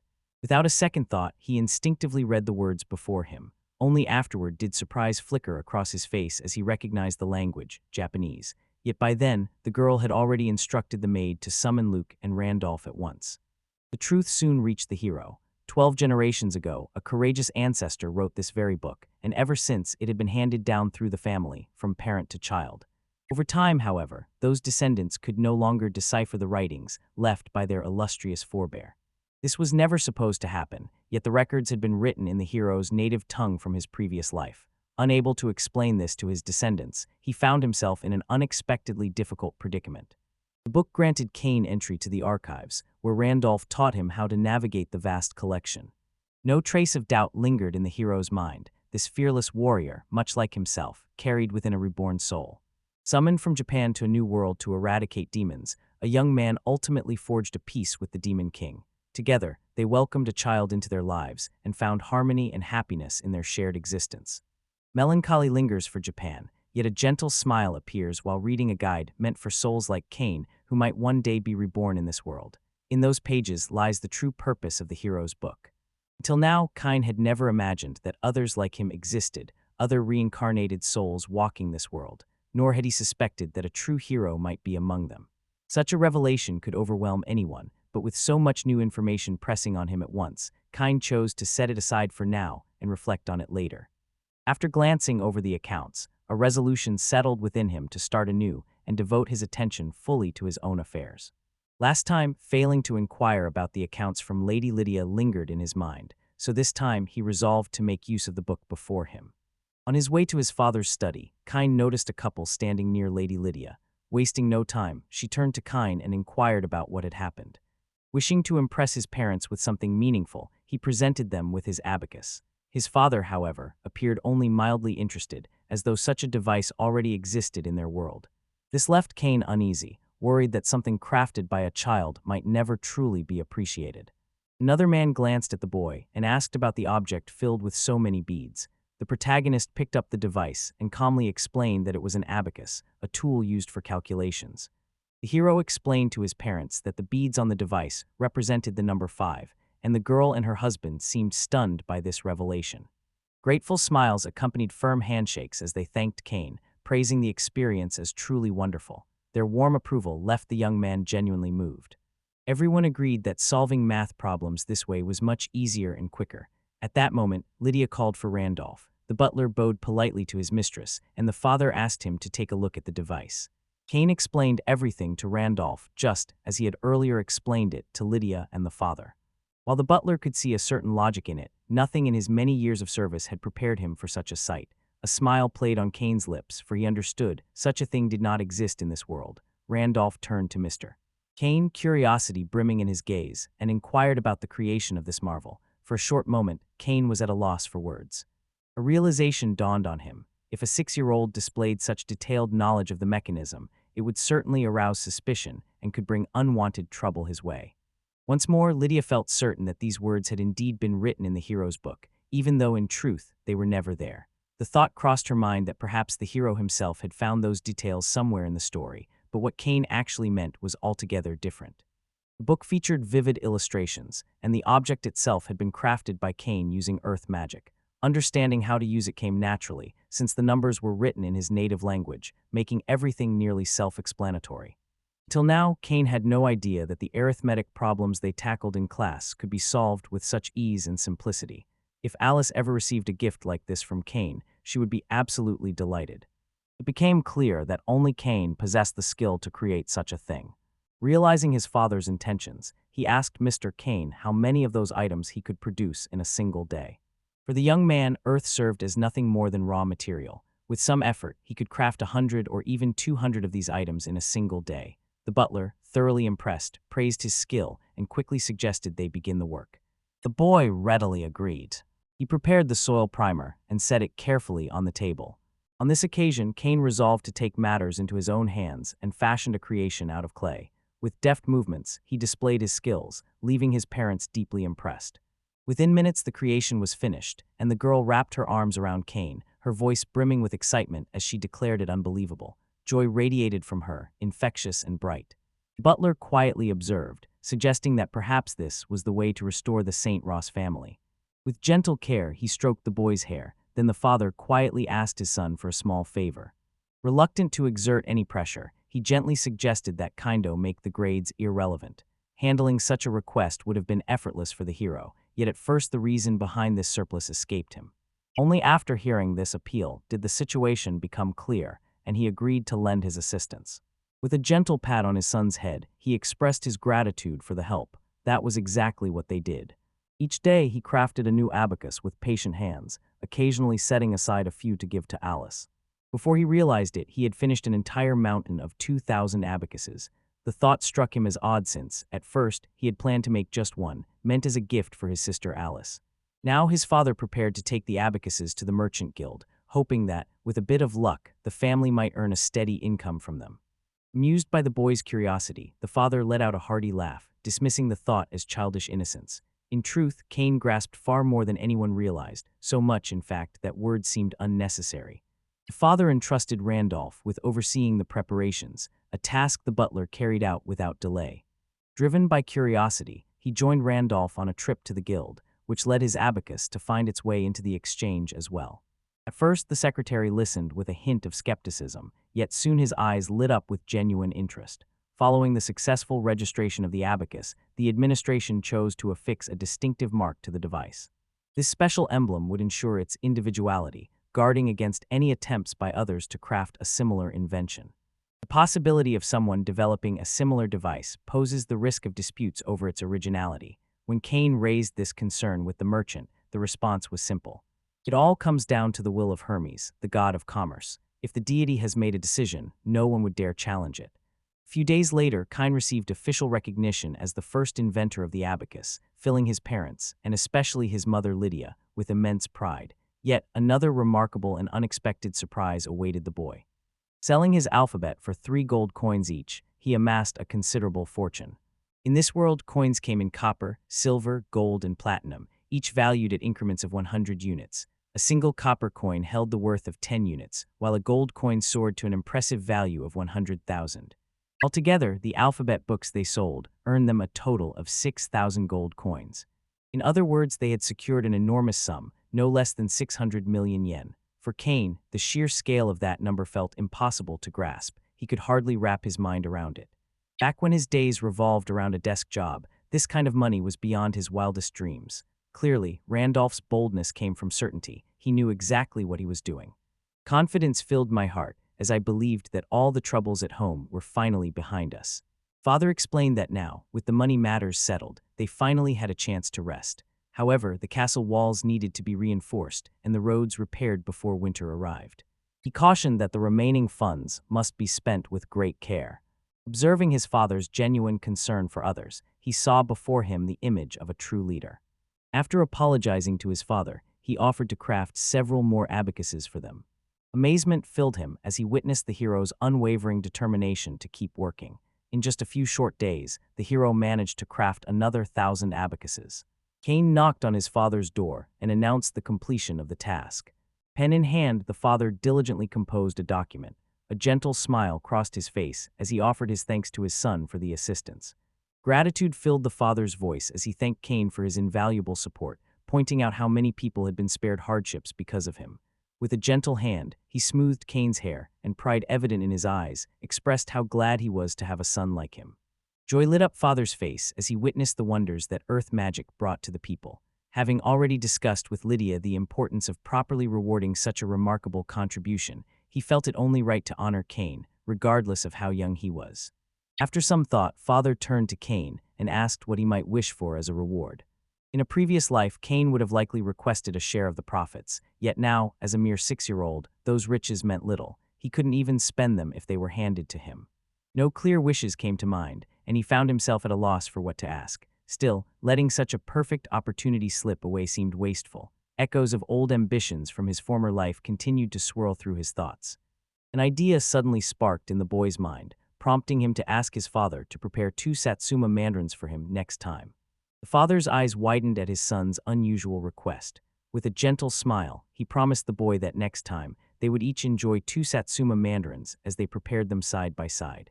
Kanei's delight bubbled over, and together, they eagerly anticipated the moment when they could once again savor the sweet fruit and continue cultivating their land. Thoughts drifted through her mind as she wondered why working in the morning always felt like such a struggle. Her friend nodded in complete agreement, admitting that the early shift was truly no easy task, especially since nearly everyone else was still asleep at that hour. Surprise flickered across their faces as Cain appeared in the corridor, greeting them with a calm good morning. The group greeted Mr. Cain with a cheerful good morning, noting that he had risen at an unusually early hour. With a warm smile, the young man explained that he was heading out for a morning run and promised to return in time for breakfast. After saying his goodbyes, he dashed away with remarkable speed. The maids found it hard to believe that Master Cain was only 6 years old, so powerful and energetic was his presence. His example inspired them, and they resolved to follow in his footsteps. Randolph took note of the maids' especially cheerful mood that day and offered praise for their diligent work. Without wasting a moment, Cain began his warm-up. Determined to restore order to the estate, he resolved to take action right away. Strengthening his body became his top priority, so he set his sights on improving every aspect of his physical abilities. Each morning began at 6 sharp, when he rose to strengthen his body. By midday, lessons filled his time alongside his sister Alice. Afterward, he dedicated himself to mastering earth magic, honing his sorcery skills within a special training area. Healing magic demanded its own rigorous practice. 20 times a day, he refined his abilities. Knowledge flowed from the hero's book and a wealth of other volumes in the library. 3 months passed, and at last his skill reached a new level. In addition, several new items related to earth and restoration magic had emerged, prompting Cain to study them in greater detail. He soon mastered 3 fresh earth magic skills: sand, mud, and exhaustion. Determined to avoid any mistakes, he chose to carefully study each spell before attempting to use them. A curiosity for restoration magic soon took root within him. His command of earth magic advanced to the 3rd level, enabling the sand spell to consume 20 mana and transform soil within a targeted area into sand. The mud spell required the same amount of mana, changing the ground within range into thick mud. The exhaustion incantation demanded 30 mana, draining 10% of moisture from soil, drying earth and sand within a limited space. The magic of inspiration had reached its 2nd level. Within a 3-meter radius, it could now heal minor injuries and close wounds for all nearby creatures. However, it could not restore lost limbs or replenish blood. Upon discovering this, the boy considered how remarkable it was to heal everyone around him at once. Still, he hoped that no one would need healing in the first place. Magic flowed through his veins, a gift inherited from his mother, and he had always sought to use it for the good of others. If he continued this path, Cain would soon master spells of the greatest utility. Once his lesson in the library ended, the young man strolled over to the Satsuma beds, where he found Gardy tending to the plants. He praised the gardener for his impressive work and inquired about the Satsuma's health. With a gentle smile, Gardy assured him that the Satsuma was thriving. Despite the healthy growth of his own field, the one belonging to Mr. Cain appeared even more impressive. The seedlings he had planted flourished remarkably, with nearly every one taking root and thriving. Over in Guardian's field, the harvest also turned out better than usual, though it still couldn't quite measure up to Mr. Cain's impressive plot. O smiled and replied that next year he would start cultivating Guardian seedlings, promising even more impressive results. The man supported the idea, smiled as well, and suggested harvesting a large amount of mandarins to surprise everyone. Grabbing hold of a large sack, he warned his companion about needing to head back to the estate. Cain, too, found himself with no choice but to return once more. After working the field, Cain agreed it was the perfect moment to rest, a notion that truly seemed appealing. Yet as they turned the corner, a hint of sadness flickered across Hardy's face. At first, confusion clouded his mind, but when he turned around, a multitude of footprints scattered across the ground caught his attention. The downpour from 2 days ago had turned the estate road into a stretch of unbroken mud. Until the swampy ground dried out, every traveler who passed left behind deep, stubborn footprints. Among them, a man suggested covering the path with sand before the master's return. Otherwise, the ruts would become so deep that carts would no longer be able to pass. After offering his apologies to Mr. Kane, the hero prepared to gather some sand. Suddenly, the realization dawned that he now possessed earth magic and could make use of it instead. The young man requested that the guard give him a little more time. The young man requested from the older gentleman a wide plank or a large trowel, anything suitable for smoothing out the surface of the earth. He needed a tool of a particular shape, and the man instantly recognized exactly what was required. Summoning every ounce of strength, aware that this was no moment for fatigue, he resolved to aid those in need. Drawing upon the power of earth magic, he prepared to offer assistance. Clearing a narrow path, he managed to make about a meter of progress through his neighborhood. Returning, he politely apologized to Mr. Kane for making him wait. Mr. Kane, however, simply noted that the timing was perfect and suggested smoothing out the path to prevent it from getting muddy. The caretaker observed how the boy had put his skills to use here, and the outcome was truly impressive. In his mind, the thought arose that once the path grew softer from the rain, leveling the ground would become a much easier task. The task proved straightforward for the man, and with the boy's help, the ground was leveled far more quickly. Before long, everything stood ready. The weight now centered on letting the soil dry, as Kine had assured that the main task was complete. Eager to test his new spell, he recognized the perfect opportunity. Kine cast a drying magic over the ground. To his surprise, all the mud before his eyes dried up completely in a matter of seconds. The ground had become perfectly smooth, allowing carts to travel along the road without the slightest difficulty. The decision to smooth out only this section of the path struck him as odd. Suggesting a more thorough approach, he advised the man to level the entire road before the father's return, and the guardian agreed this was a sensible plan. Together, they spent about an hour leveling the path that led to the house, working side by side until the job was done. As the task came to an end, delight surged through the man and he actually leapt up, unable to contain his excitement. The man handed him a 5 and expressed gratitude for clearing the road so swiftly. Yet, the guard believed the real credit belonged to the mysterious power dwelling within Mr. Kane's lands. Mud splattered from head to toe, the two of them made their way together to the well, eager to wash off the grime. On the way, Kane grew thoughtful, wondering if his father would notice that something had changed here. After all, his father would be traveling down this very road. Then again, lost in his newspapers as usual in the carriage, father might pass by without seeing a thing. While immersed in his studies at the library, a sudden voice called out his name, breaking the quiet concentration of the room. The man, who turned out to be the father, stood frozen in astonishment, convinced that Cal had smoothed out the road leading to their home. He recounted how he and the guardian had merely been passing by and chose to lend a hand, though it seemed now that perhaps they should have kept their distance. The father, meanwhile, buried his face in his hands and apologized for frightening him. Yet in truth, the reality was quite the opposite. After passing through the mansion gates, all traces of vibration vanished. Sensing something amiss, the man grew cautious. The smooth, spotless road was unlike any he had traveled before. Impressed by this flawless work, he commended his son and, in gratitude, handed him a silver coin. Joy lit up the boy's face as he realized he had pleased his father, and he offered heartfelt thanks for the gift. Quietly, he resolved to share the silver coin with the guardian. With a gentle hand, he ruffled his son's hair and remarked that his actions had been truly admirable. However, he continued, explaining that he wished to give a special reward to the guardian, so this coin would belong to him alone. After expressing gratitude to his father, the guardian soon thanked Kine for the reward as well. Days slipped by, and once the rain had passed, the hero found puddles scattered along the road once more. Guard had poured considerable effort into building this road, yet simply leveling it the same way would only invite the same troubles after each rainfall. The hero reflected deeply on the challenge, straining to discover a new, more effective solution. An idea struck him: to build a cobblestone road. In the heart of old Europe, dreams of building a road took shape within him, fueled by memories from a previous life. Earth magic granted him the power to conjure stone and soil. To ensure the idea would not slip away, Kane quickly jotted it down on a sheet of paper. Within a few minutes, the young man outlined a plan for constructing the cobblestone path on paper.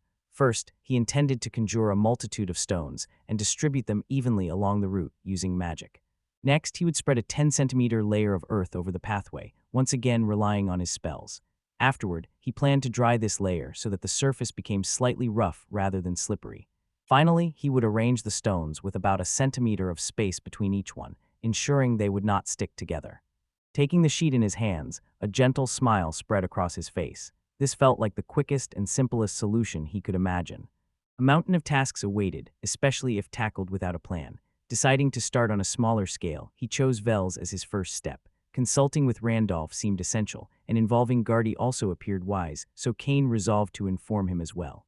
Kane revealed his plan to the butler, eager to hear his opinion. Yet when Randolph asked whether he had truly come up with the idea on his own, a troubling unease settled over Kane. A faint smile played on his lips as he mused, realizing that despite everything, the Knot Lord possessed the true qualities of a ruler.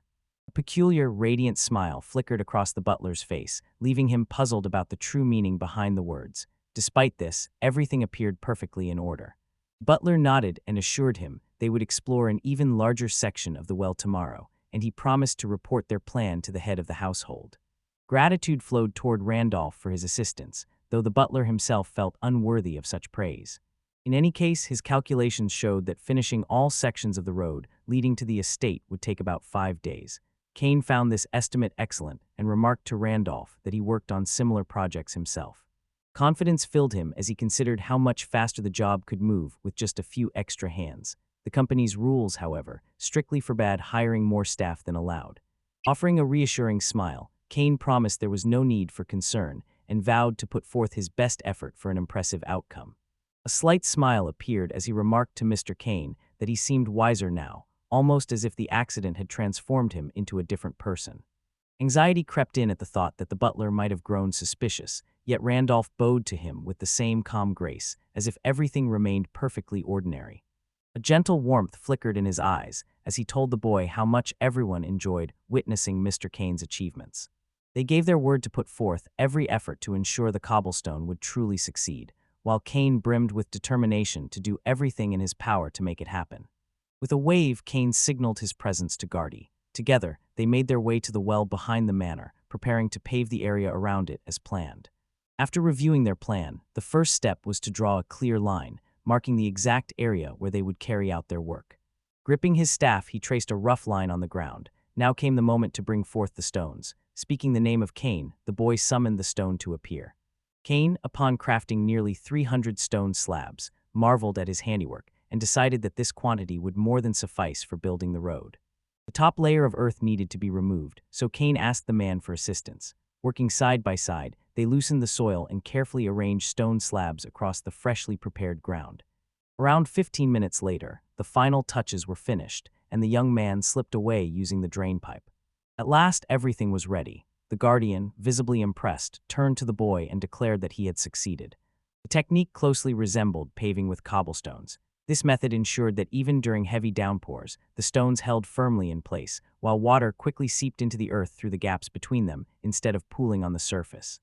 In some places, the ground rose unevenly, while shy reeds tucked themselves between stones and patches of hilly earth.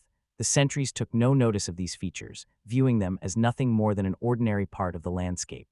By day's end, it became clear that only a limited stretch of land could be managed in a single day. Along with this slow progress, they faced the challenge of devising a method to lay a sturdy pavement in front of the manor. With a gentle smile, he promised to discuss the matter with Randolph. He also expressed hope that the guardian would join him, and the guardian readily agreed. As they spoke, Mrs. Lydia approached them.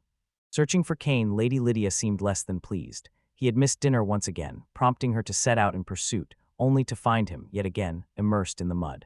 After gently wiping his face with a handkerchief, she quietly asked him to change his clothes. She reminded him to be more careful and not to get his clothes dirty, but Lydia gently reassured her son, telling him not to worry about such small things. Hoping to bring up the subject with Luca once more, she noticed the boy's head droop in sadness, his regret clear as he realized he had disappointed his mother again. Everything unfolded according to plan, and the guardian noticed, with some surprise, a smile spreading across the boy's face. After lunch, the two of them returned to the well and resumed laying the cobblestones around it. While the boys were hard at work, their father and Randolph approached. It seemed their mother had shared news about college courses, prompting them to request that the roadwork be finished as quickly as possible. For a while, a quiet sense of satisfaction settled over Kane as he realized they had managed to finish their work. Everyone admired how expertly Mr. Kane handled the task, and the boy felt a quiet satisfaction knowing they had finished their work before dinner.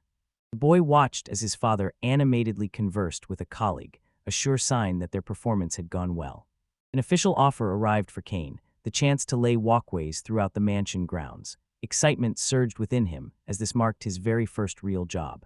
Earlier, he had carefully explained everything to his father, and these paving stones proved to be just right. Now, no one would have to worry about the mud when it rained. Gratitude filled him as he thanked his father for the kind words, delighted that at last he could practice earth magic openly. The road to the estate had already been built. Contemplating further suggestions, father paused, pressing his hand to his forehead as the realization dawned that such an idea would prove far too complicated. Suggested that Lucas share his thoughts with the adults, but his father dismissed the idea as far too reckless. For several minutes, the adults huddled in quiet conversation around the staff, while the boy waited in silence, his gaze fixed on their hushed discussion. Curiosity sparkled in his eyes as he leaned forward, urging his father to share what he had in mind. Dreams of seeing the main street, paved with cobblestones, within just 2 months danced in his mind, carrying with them the possibility of a truly unexpected surprise for the city. Memories surfaced of a street stretching nearly a kilometer long, a daunting project that would take almost a year of hard labor, even with his father's help. In certain spots, the road widened to 7 meters, further complicating the task. His father had mentioned they had a budget of 200 gold coins for the work, and the young man could scarcely imagine what awaited them in the coming 2 months. Deep down, his father recognized that their original ambition was probably out of reach, and decided that paving even just the road leading to their estate would be a notable accomplishment. That, he thought, would be the logical point to stop. The hero realized things were quite different. Within this situation, he recognized a brilliant opportunity waiting just for him. The construction of the main road stood as a monumental challenge, yet a promise to his father fueled his determination to tackle it alone. Surprise flickered across his face, but the boy calmly assured him there was no need to worry. Confident that their task would be manageable with additional help, the boy listened as Kane outlined a fresh strategy aimed at finishing the work as quickly as possible. The father nodded in agreement with his son, deciding to entrust the matter to him. Still, he urged Kane to approach it calmly and not to overexert himself. Excitement shone in Kane's eyes as he embraced the important task entrusted to him, wasting no time before getting started.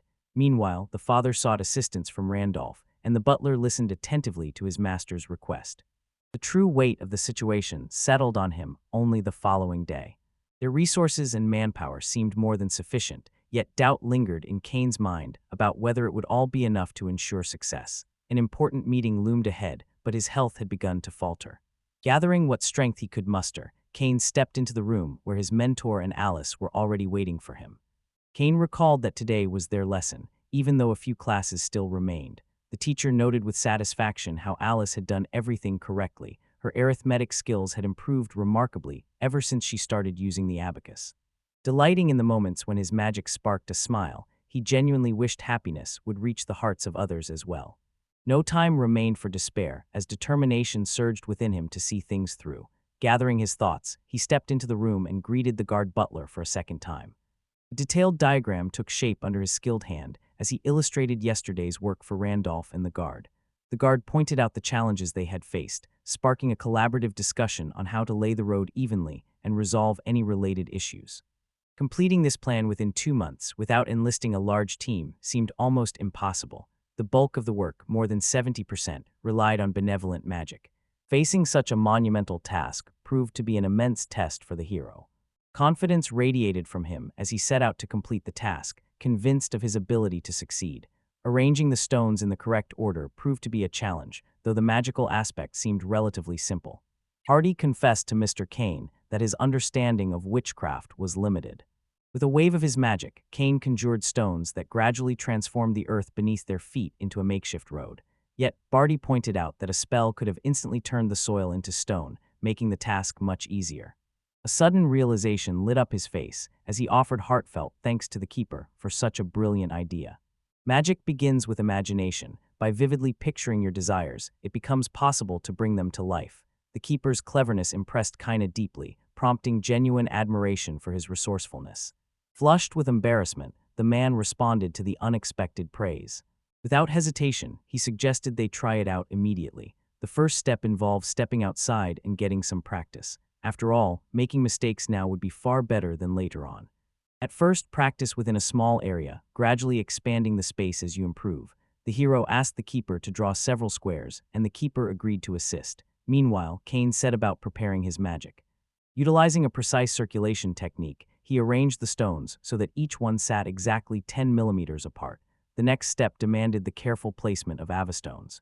Channeling nearly 100 units of magical energy, they made sure to reserve a portion for managing the flow and maintaining control throughout the process. Never before had he wielded such overwhelming magic all at once, and he could feel his grip slipping with alarming speed. Realizing his limits, he made up his mind to return to solid ground. Channeling his command over stone, he summoned the rock to surge up from beneath the earth. The hero managed to transform the earth into stone, yet an overwhelming fatigue settled over him. With a nod of approval, he praised Kane, remarking that the work was impressive for a first attempt. Still, he pointed out that the stones were uneven and the gaps between them varied in size, so the finished result could certainly be improved. Lost in thought, he struggled to envision any way to set things right. Someone suggested drawing lines to help everyone picture the field more clearly, and Kane immediately agreed it was an excellent idea. Hardy picked up a stick and carefully marked the boundaries of the field on the ground. Drawing on his mastery of working with stone, he expertly placed each rock so that every one settled perfectly into its intended position.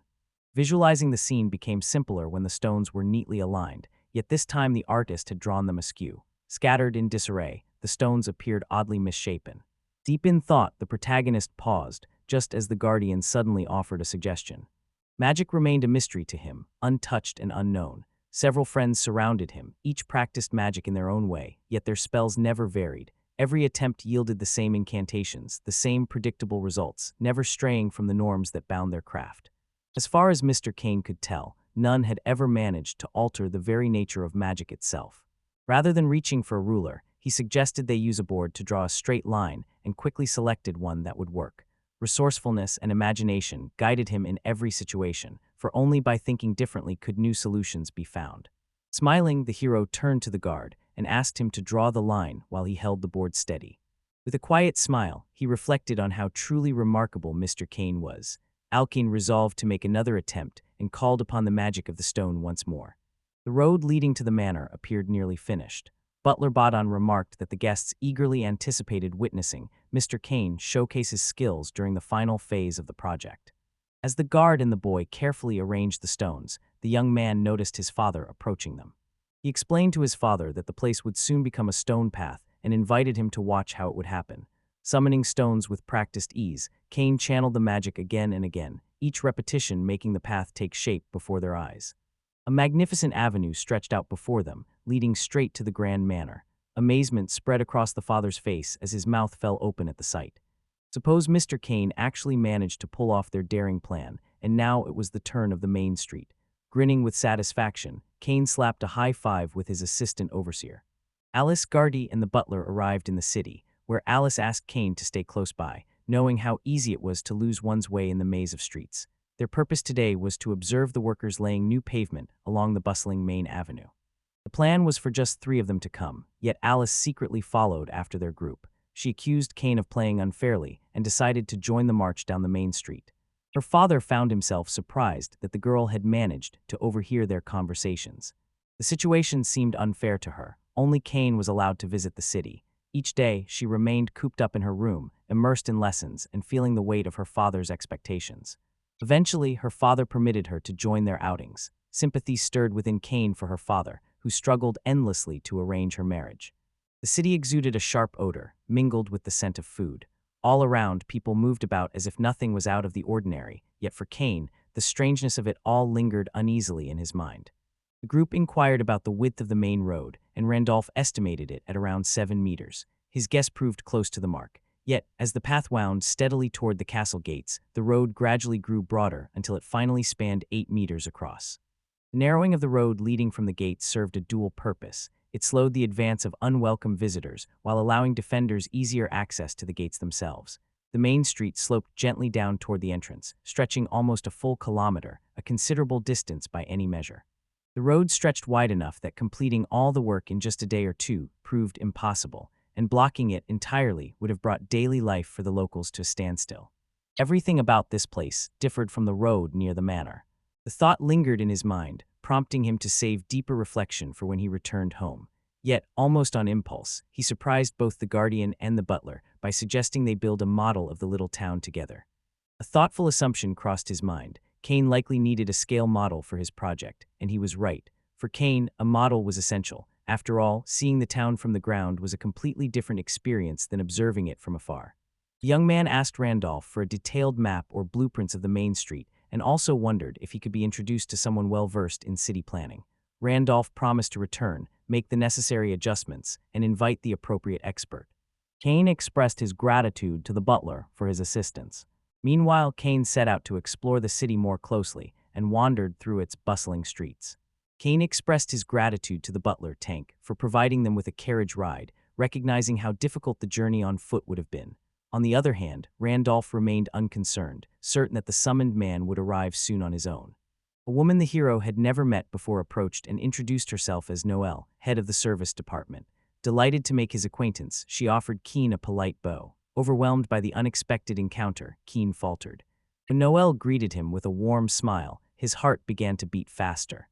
With a graceful gesture, she invited them to the conference room and politely addressed Hardy with a request.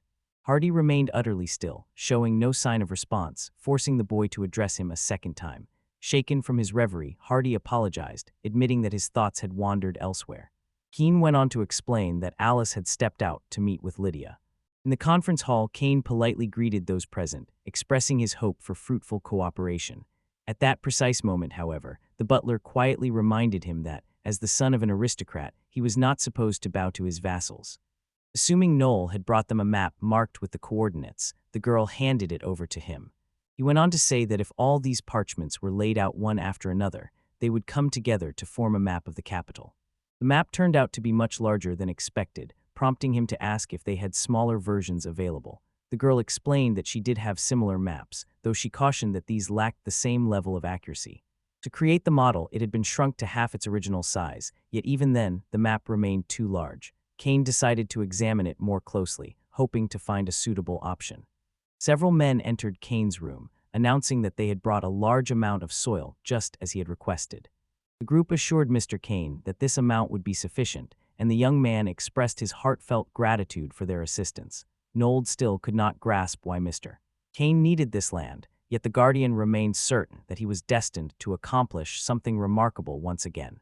At first, concentration settled over him as he tried to envision the model that would soon emerge, shaped by the pattern of this map.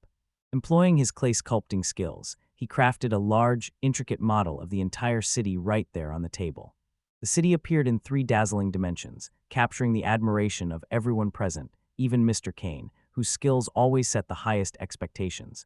This display offered an astonishingly convenient way to take in the entire cityscape at once.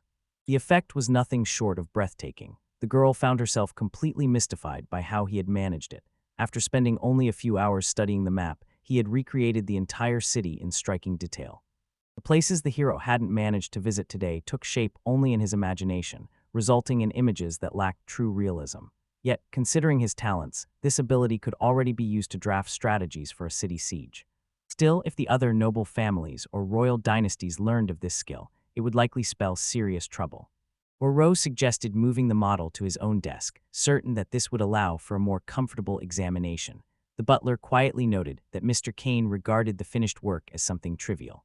Everything, he reflected, depended on how a person chose to use their talents. They could bring about either good or ill. Randall became convinced that careful watch over Mr.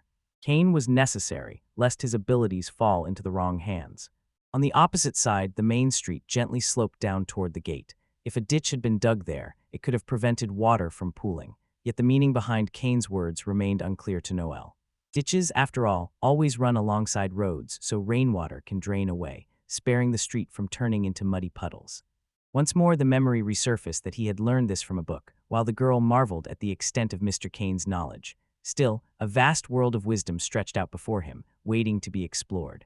Curious, Hardy asked Mr. Kane how he planned to use the water flowing into the ditch. In the past, wastewater used to be directed straight into the sewer system. However, this city lacked such infrastructure, and so the protagonist inquired about the current methods they used to purify their wastewater.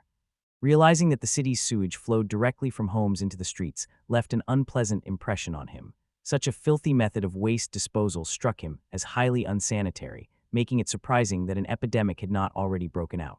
No wonder moving through the city felt so uncomfortable. In the sprawling cities, special places existed where water was purified using a mysterious slime. Everyone around seemed to understand what it was, except for Kine, who remained completely in the dark. Eager to unravel the secret, he turned to Noel and asked what the mysterious substance truly was. Purification operated through a system that directed water out of the city and into a special reservoir. There, a unique slime would automatically cleanse it. Upon detecting dirt or contamination, the slime surfaced, absorbed every impurity, and dissolved any pollutants until only pure water remained.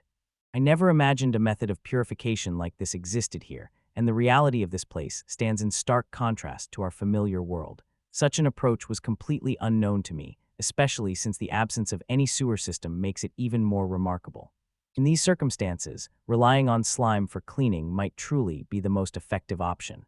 The idea struck them to bring this project to their own city and ask Randolph to create an entrance beyond the city walls. However, placing the slime within the city itself proved impossible, and as the butler pointed out, everything hinged on Kane's decisions about how the construction would proceed. Kane considered it entirely possible, as long as the defensive structures remained intact. No such incidents had ever occurred in the past, after all. He asked how far from the city walls the reservoir could be safely placed, suggesting that a distance of about a kilometer might be ideal. However, the girl disagreed, saying there was no need to build it so far away. Snails were weak demons, and if their numbers grew too large, even the younger adventurers could handle them with ease. Though a hint of regret lingered at destroying the spirits solely for convenience, the locals seemed to treat it as an ordinary task. After all, a reward awaited those who triumphed over them. Combining the order of this modern world with lessons learned in a previous life could someday give rise to an extraordinary city. Once all the matters had been settled, Kane suggested moving forward with the factory project. After much discussion, they reached an agreement to choose a single method for drainage, directing rainwater away in tandem with the creation of purification ponds. Along both sides of the road, they planned to dig ditches about 30 centimeters wide, with holes drilled every few meters for collecting rainwater. Around 20 meters before the castle gate, these ditches would run underground and continue past the gate. Further on, at a distance of 300 meters, where the ditch gradually disappeared into the earth, a purification reservoir was constructed to neutralize any slime. The father took part in this process as well. Lydia examined Alice's drawings with curiosity and inquired about the identity of a peculiar bird. Alice, visibly annoyed, retorted that it was obviously a wolf and genuinely wondered whether the boy needed his eyes checked. Lydia then turned to Kane and asked what he would draw, but he could only offer a helpless shrug in response. His abilities knew almost no bounds, provided the gaps between the paving stones stayed small. For this reason, he enlisted his mother, Lydia, and his sister Alice to help design the pattern for the pavement. To speed up the work, he invited his family to join in. Working together, they decided to decorate some of the paving stones with drawings, hoping to make the path more appealing. Lydia, however, asked for a few days to consider her options before settling on a design. Alice's paintings stood out for their boldly avant-garde style. The hero suggested closing the main road to traffic only for half an hour at noon and again in the evening. This brief interruption, he reasoned, would make it easier for people to organize themselves without causing significant inconvenience. Over time, curiosity about Kane spread among the townsfolk, and many local workers took it upon themselves to watch over him, ensuring strangers kept their distance. The task needed swift completion to maintain the peace of the residents and ensure the flow of movement remained undisturbed. As soon as the Guardian finished the design, the hero gently placed a hand to the ground. With a wave of magic, the Guardian conjured a road before their very eyes, leaving the villagers utterly transfixed by the sight, scarcely able to believe what they were witnessing. Meanwhile, the boys politely urged the Guardian to continue their journey. Bill had guided people out of stone before, and the butler politely reminded Mr. Kane that nearly half an hour had slipped by. Time had flown so quickly that the boy barely noticed its passing. Admitting a hint of fatigue, he listened as the locals assured him that the path remained clearly visible, promising an easy, mud-free journey even in the rain.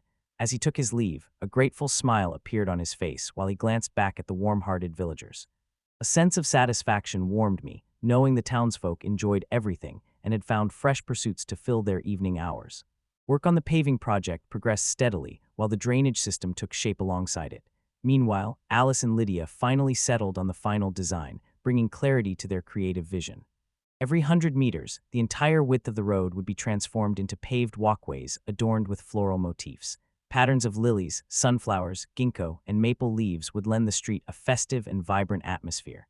At times, they expressed their gratitude to the man for his diligent efforts. When Mr. Kane put his heart into his work, the others felt inspired to match his dedication. Moreover, the road he was building became a source of admiration, especially among the children, who found great delight in it. Meanwhile, Master Kane called upon his stone magic, effortlessly shaping a new road from the earth itself. Each time the hero visited the city, the locals treated him to skewers made from their own meat. The hero found it remarkable, for his involvement in the construction allowed him to truly grasp the mood of the local people. A month and a half had already slipped by since the roadwork began. Once the work was finally finished, the entire village gathered in celebration, their joy filling the air as they shared the moment together. As the road, now strewn with blossoms, finally wound its way through the village, the merchant took note with quiet satisfaction that trade would soon become much easier. He offered the village elder a heartfelt handshake, while the older residents marveled at such a delightful gift in the twilight of their lives. Mid scattered blossoms, grateful townsfolk offered heartfelt thanks to Mr. Kane for his dedicated work. Though never chosen as a hero, he found genuine joy in knowing his magic brought happiness to those around him.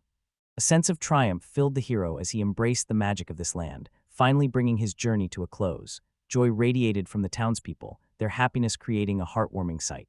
For the first time, Kane's father laid eyes on the capital's paved streets, an event destined to become the talk of the nation. With time, even strangers from distant regions might be drawn here. The entire city buzzed with festivity, and everyone gathered to bid Kane farewell as he set out on his next path. The father addressed everyone, urging them to stay focused and warning that their father-in-law would soon arrive for an inspection. Kane, Lydia, and Alice enjoyed a carefree card game, blissfully unaware that a surprising piece of news was about to break their tranquility. Count Shields of the neighboring principality was Lydia's father, and, quite by chance, became a relative of Luke's as well. Their paths had crossed once before, back when he was barely more than an infant. The memories of those early encounters had long since faded, erased by the passage of time and the absence of any true bond between them. A slow shake of his head accompanied the memory of the man's stern demeanor, yet the visit had arrived as a complete surprise. Apparently, word had already informed him about the cobblestone street, and it was truly thoughtful of him to come here in person to ask his father how he would be received. Yet among the San Rose family, no such talents ever emerged. Still, that never proved an obstacle. Knights would drive monsters from the outskirts and then prepare gourmet dishes from demon meat. He really had no reason to be so vain. Taking Getch by the hand, she soothed him, assuring him there was no need to try so hard when even the pavement beneath their feet was impressive. A look of disappointment clouded Alice's face, her spirits sinking because they had failed to prepare a delicious meal to share with her grandfather. It occurred to me that the dishes in the domain of St. Rose looked rather plain. In my previous life, store-bought meals made up most of my diet, so homemade food suited me just fine. Yet now people here expected something extraordinary. My gaze drifted, coming to rest on the hero's book. The details about cultivation and seasoning surfaced clearly in my memory, leaving no doubt in my mind. Without hesitation, I called for Father and Mother Lydia. With a recipe from the hero's book in hand, I treated Grandpa to a delicious new dish. The meal was completely unfamiliar to him, and his surprise lit up the room. Noticing astonished looks from everyone else, the hero began to wonder if something had gone awry. Father exclaimed that it was a wonderful idea, while Lydia, still astonished, realized the boy truly could read that book. The man and Kane exchanged surprised glances, as Kane remembered that he had kept his ability to read the book about the hero a secret until now. Still, the genuine excitement his suggestion inspired in them brought him a quiet sense of satisfaction. The fact that he could read a book about a hero no longer seemed surprising. His familiarity with using an abacus and understanding the design of cobbled streets appeared just as natural. For Kane, these were memories carried over from another life, yet he preferred to keep them to himself. Either way, time was pressing, and they needed to begin. Tasked with retrieving a book about heroes, he left, while in the meantime, Randolph received instructions from his father to summon the cook.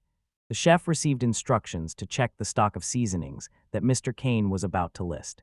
Mr. Kane planned this inspection to ensure the chef was thoroughly familiar with every spice he would be using. After inspecting the spices and other ingredients, the boy discovered several items he recognized from his previous world, now absent in this one. Because of this, he was granted a rare exception to bring a book with him this time. Relief washed over me upon discovering that both soy sauce and mayonnaise existed in this world. However, there was no sign of ketchup, Worcestershire sauce, soybean paste, or the sweet rice wine so essential for certain dishes. Among the available foods, potatoes, tomatoes, onions, and garlic caught his eye. The mere sight of potatoes filled him with genuine delight, as he had missed them most of all. Acquiring goat butter had proven nearly impossible, and the situation with milk was even more dismal. Although it could be found, it was utterly unfit for consumption. Fortunately, this world offered an abundance of familiar types of meat, such as wild bull, orc, and horned chicken. Curiosity sparked in Kane as he noticed the striking similarity between the names. Weighing his options, he wondered if he should press further. After a brief moment of consideration, he resolved to ask the chef one final question. The note was handed over to the chef, who was then asked whether head chef Lloyd was familiar with any of the dishes listed. Among these were a potato salad featuring ham and mayonnaise, a macaroni salad, ham with onions and mayonnaise, and a hearty meat dish typically prepared with either beef or orc meat. There were also options such as thinly sliced, rolled, and baked orc meat wrapped in delicate flatbread and cooked with butter, unicorn chicken seasoned with salt and potatoes, a sweet omelet made from unicorn chicken eggs and sugar, and yet another dish centered around the meat of a horned chicken. Memories failed to produce any instance where he had encountered or tasted something like this, save for the usual first, second, and third courses. Driven by curiosity, he turned to Mr. Randolph to see if he was familiar with it. Randolph recalled a meat dish fashioned from leftovers, yet there was an unmistakable boldness and originality to this dish that set it apart. The boys received a suggestion to prepare every dish on the list. Each one needed to be tasted before the judging could begin. Astonishment filled the hero as he realized such a thing was even possible. Meanwhile, his father appeared genuinely puzzled as to why it couldn't be done. After pondering this, the hero found himself agreeing. Father was right, there is no way to know the outcome until you try making it yourself. Uncertainty clouded Cook's mind about preparing the dish, yet Kane pleaded with such earnestness, no one else could help. The chef realized that a few more heartfelt requests in that gentle voice, paired with those moving eyes, would certainly wear down his resolve. In the end, he finally gave in. Although his expression barely changed, years of experience as a head chef had taught him how to hide his true feelings. With quiet resignation, he stepped aside and let Kainu take over. Overjoyed, the boy bounced on his feet, unable to contain his happiness. With unwavering dedication, the holy chef Lloyd gathered every ingredient he needed. He busied himself preparing a dazzling array of dishes, experimenting boldly and sampling each creation. Khan felt an irresistible urge to watch the master at work, but the butler, genteel yet firm, politely ushered the boy out of the kitchen, explaining the risks that lingered within. Several days slipped by before the chef gathered everyone together to thank them for their patience. At last, the dishes crafted from the legendary Book of Heroes recipes stood ready, and he warmly invited everyone to taste them. The sight of a table brimming with delicious dishes filled Lydia, her father, Kane, and Alice with delight. Lydia watched with curiosity, realizing these dishes were unlike anything she had seen before, while Alice instantly noticed their captivating aroma. Their father invited everyone to taste the unfamiliar fare. With a warm smile, Alice selected her favorite cut of meat and wholeheartedly wished everyone an enjoyable meal. Tasting the meat, she expressed her amazement, admitting she had never encountered such a delightful flavor before. The dish was exceptionally delicious. Lydia sampled the dishes arranged in astonishingly unusual plates. Lydia struggled to believe it was truly an egg. The sheer size of it defied her expectations. Her father, equally enchanted, admired the crisp, golden crust of the meat, which looked delicious and delighted his taste buds with its remarkable flavor. Memories of her past life flooded in, where homemade meals had felt like grand feasts in comparison to this place. Confidence filled him as he realized he could finally heal his grandfather and repay the Lloyd family's head chef. Genuine delight lit his face as he declared what an immense honor it was for him. The character opted to tweak the dish names a bit and listed them as follows: potato salad, pasta salad, sliced meat rolled up and grilled, pork cutlet, vegetable stew, and an omelet. Their hero unveiled what he called his heroic recipes. As he shared the list with everyone gathered, the hall erupted in enthusiastic applause. The man in glasses suddenly realized it had been ages since he last saw Lydia and her husband. News reached him that their lands had earned the title, the realm of paved roads, a distinction once reserved only for the capital where such streets existed. Curiosity sparked among them as they marveled at their achievement, eager to uncover the secret behind the flourishing of their lands. At long last, the eagerly anticipated arrival of Grandpapa's drew near, and preparations for his welcome began in earnest. Over the past month, Kainu and the others had lost count of how many times they had improved their dishes in hopes of delighting their esteemed guest. With a warm smile, his father mentioned that Grandpa was already on his way. The father expressed his gratitude to their guest for traveling such a long distance, while the grandfather gently turned his attention to his grandchildren. A gentle smile warmed his face as he spoke to his grandchildren, remarking on how much they had grown. In his eyes, Cain had already matured into a true young man. Before long, she would probably start school, but for now, she had already blossomed into a proper young lady. Her face shimmered with happiness as she prepared to greet her grandfather with ceremony. Delicately holding the edges of her dress, she offered a polite, graceful bow. The grandchildren had not seen him for a long time and had eagerly awaited this reunion. Cain watched with surprise as Alice greeted her grandfather so warmly and without hesitation. Realizing it was his turn to show proper respect, the boy bowed deeply before Lord Frontier. With a clear voice, he remarked that a long time had passed since their last meeting, and added that he was now 6 years old. The man sensed a faint familiarity in Kainu's manner, as if this wasn't the first time they had spoken, just as Alice always called him Grandpa. Unease settled over Cain, leaving him uncertain and awkward. Doubts about his own behavior clouded his mind. After Lydia gently quieted her father's misguided jokes, Cain found himself at a complete loss for how to act. Meanwhile, the man simply laughed and offered an apology for his conduct. Noticing that the child had lost some weight, the man reassured everyone that, fortunately, there was no threat to the boy's health, and expressed his gratitude to Cain for his concern. The man ushered him inside, and an uneasy feeling crept over Cain, as if this meeting promised to be far more frightening than he had anticipated. Entering the house, he immediately offered his apologies for arriving without warning. Visitors to this city often found themselves captivated by its charming streets, and their enthusiastic tales sparked in him a longing to see it all firsthand. Receiving such an honor filled Luke with pride, and a joyful light sparkled in his eyes. The old man, having not seen Lydia for quite some time, kindly asked how she had been. Lydia offered a gentle smile and replied that everything seemed to be going well. More and more, she resembled her mother Aisha, and this familiar presence brought comfort and warmth to everyone from the frontier, as if they had returned home. Curiosity sparked in her eyes as she wondered about her mother's whereabouts. She had been certain her mother was supposed to join them. As it turned out, the original plan had indeed included her. Recently, she injured her leg and had no choice but to stay at home. The incident left Lydia deeply worried, fearing that the injury might be serious. Her father noticed her anxiety and reassured her, promising that there was nothing to fear. Everything had turned out fine, and she was now all right. While tending the garden at the villa, the young woman took a tumble, but in truth, there was little cause for concern. With a gentle smile, she assured them she would visit again soon, bidding farewell with a warm, heartfelt laugh. Taking a sip of tea, he decided it was time to address the matter at hand. The journey from the city to the villa unfolded like a dream, and once more, he found himself struck by the remarkable contrast between seeing something with his own eyes and merely hearing about it.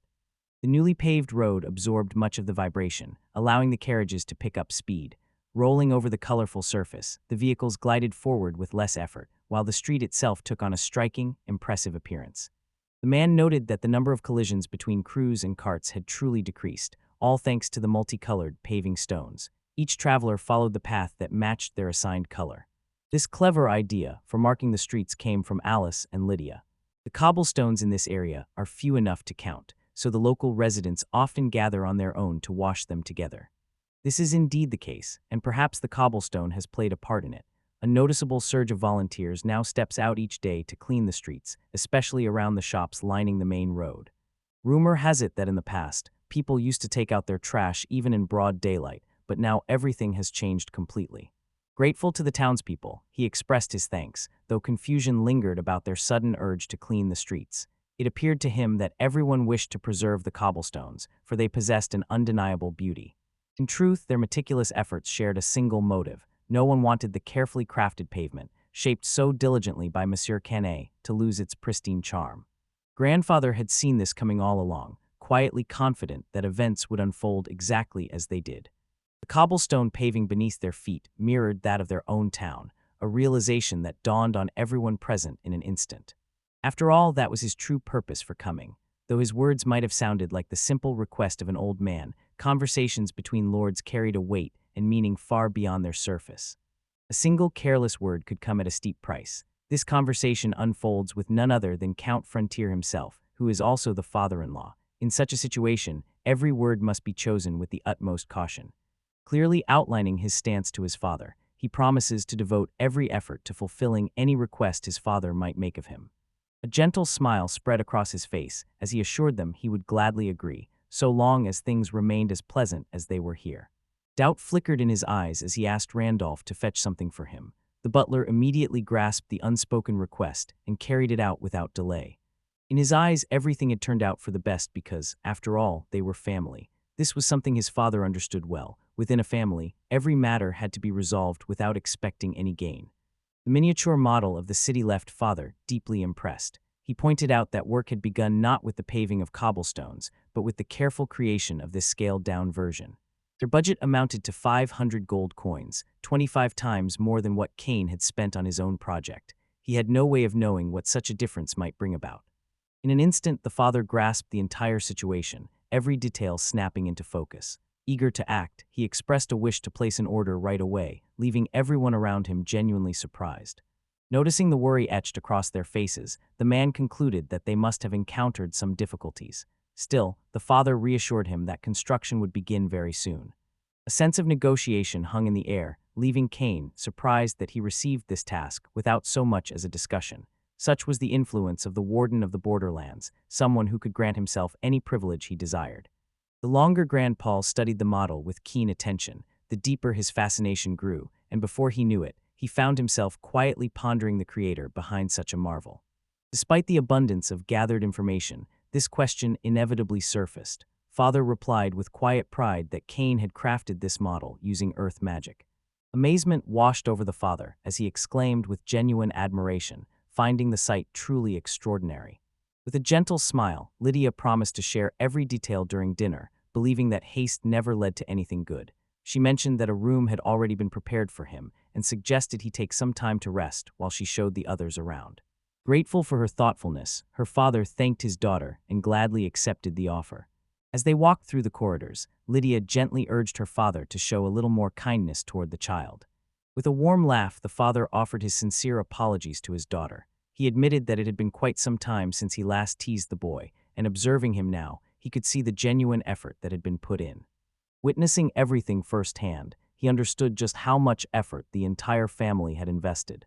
Their father took great joy in seeing how well everyone got along and watched with satisfaction as Luke matured. Still, he cautioned his daughter, reminding her that this model city held hidden dangers, and quietly asked if anyone else was aware of its true nature. A deep frown settled on his face as he explained that only they possessed knowledge of the city. He had imposed a strict prohibition on his entire family, forbidding anyone from revealing the secret. Grandfather believed this was more than just a model town, firmly insisting that everyone remain alert and cautious. Fully understanding his intentions, she offered a graceful bow and thanked her father for his kindness. Once the matter was settled, the man asked what they would be served for dinner. The previous meal had delighted him, and Lydia laughed as she promised that tonight's supper would be just as special. The menu for the day featured dishes crafted from restored recipes belonging to both the hero and Grandpa Marvel, whose culinary skills had brought these unique flavors back to life.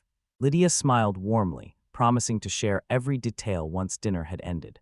Delight sparkled in her eyes as she noticed the table laden with dishes she had only ever read about in books filled with tales of heroes. She reached for one of his favorite dishes and tasted it before anyone else. His eyes widened at once, and he declared that the taste was truly outstanding. The dish turned out extraordinary, and Luke would gladly share the recipe if requested. He hoped Asia might have the chance to taste this delightful treat as well. The old man thanked him warmly and reflected that Asia would surely enjoy it. The chef and his assistants beamed with pride, delighted that their dishes had turned out splendidly. Pop polished off 3 more helpings of egg rolls while the tale of cobblestones continued to unfold. The day quietly slipped away, giving way to the light of a new morning. If they put their minds to it, Kane and the others could have stayed there for several months. Meanwhile, Grandpa Paul continued to worry, uncertain if it was truly fair. Smiling gently, she reassured her father that everything was under control. Kane already knew the situation. Satisfied with her response, the old man could barely hide his happiness at the prospect of her joining them. With many changes looming ahead, they decided it would be best to wait until the new year before taking the next step. The terms still needed to be negotiated with the local authorities, and upon arrival in their territory, the group would review the outcomes of those discussions. Lydia agreed to the plan, prompting the old man to turn his gaze toward Kane. With a sly wink, the old man confided in the boy, saying he was counting on him. The young man brightened at once, joy lighting up his face as he eagerly agreed to lend the old man a hand. The family saw grandfather off after their conversation, and as soon as he was gone, a collective sigh of relief swept through the room. Kane managed to hold a polite conversation without overstepping any boundaries, earning Lydia's gratitude. He agreed with her assessment. Her grandfather was certainly a challenging conversational partner, and after enduring the tension, exhaustion and drowsiness began to weigh heavily on him. Mastery of magic demanded even more rigorous practice if he hoped to complete the pavement project without trouble. For now, though, rest offered the wisest course. A good night's sleep promised to be the most effective remedy. Once his grandfather had departed, the protagonist made up his mind to return to the archive. The past days, crowded with road repairs and the bustle of hosting guests, had pushed all thoughts of the hero's book from his mind. Now, with a rare moment of peace, the chance to revisit those neglected pages seemed just right, especially since the book might hold intriguing secrets about local magic. Opening the door, he saw that the maids, together with Lydia, had gathered in the library. Their lively voices and cheerful laughter filled the room as they chatted animatedly. One of the young women, noticing Kane, pointed out with mild reproach that he should have knocked first. Embarrassment colored Kane's face as he apologized for his lack of caution. A gentle smile crossed her lips as she asked him to be more careful next time. He nodded in agreement, taking her words to heart.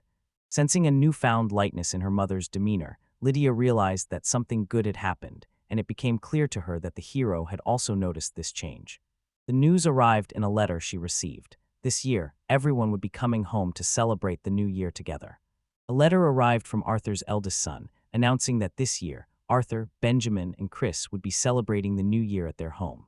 Arthur and Chris made their way home, though the youngest brother hardly remembered them, having been just a small child when they left. At last, all four brothers would gather under one roof. Their journey had brought them to the capital at last, a detail mentioned in the letter, along with its cobblestone streets. Lydia gently ran her hand over the boy's head and told Kane that it was wonderful. Enro wondered aloud how much time had passed since all the brothers had last gathered together. Lydia paused to think. Chris had not come home once since leaving for the academy, and nearly 3 years had slipped away since then. Eager anticipation filled the air as I looked forward to this moment, hoping to ask Chef Lloyd to prepare another delicious treat. The experience proved delightful, and now the hero understood why his father had fallen for this woman. Her genuine warmth and open nature shone through. A warm smile spread across his face as he mentioned how much he was looking forward to meeting them as well.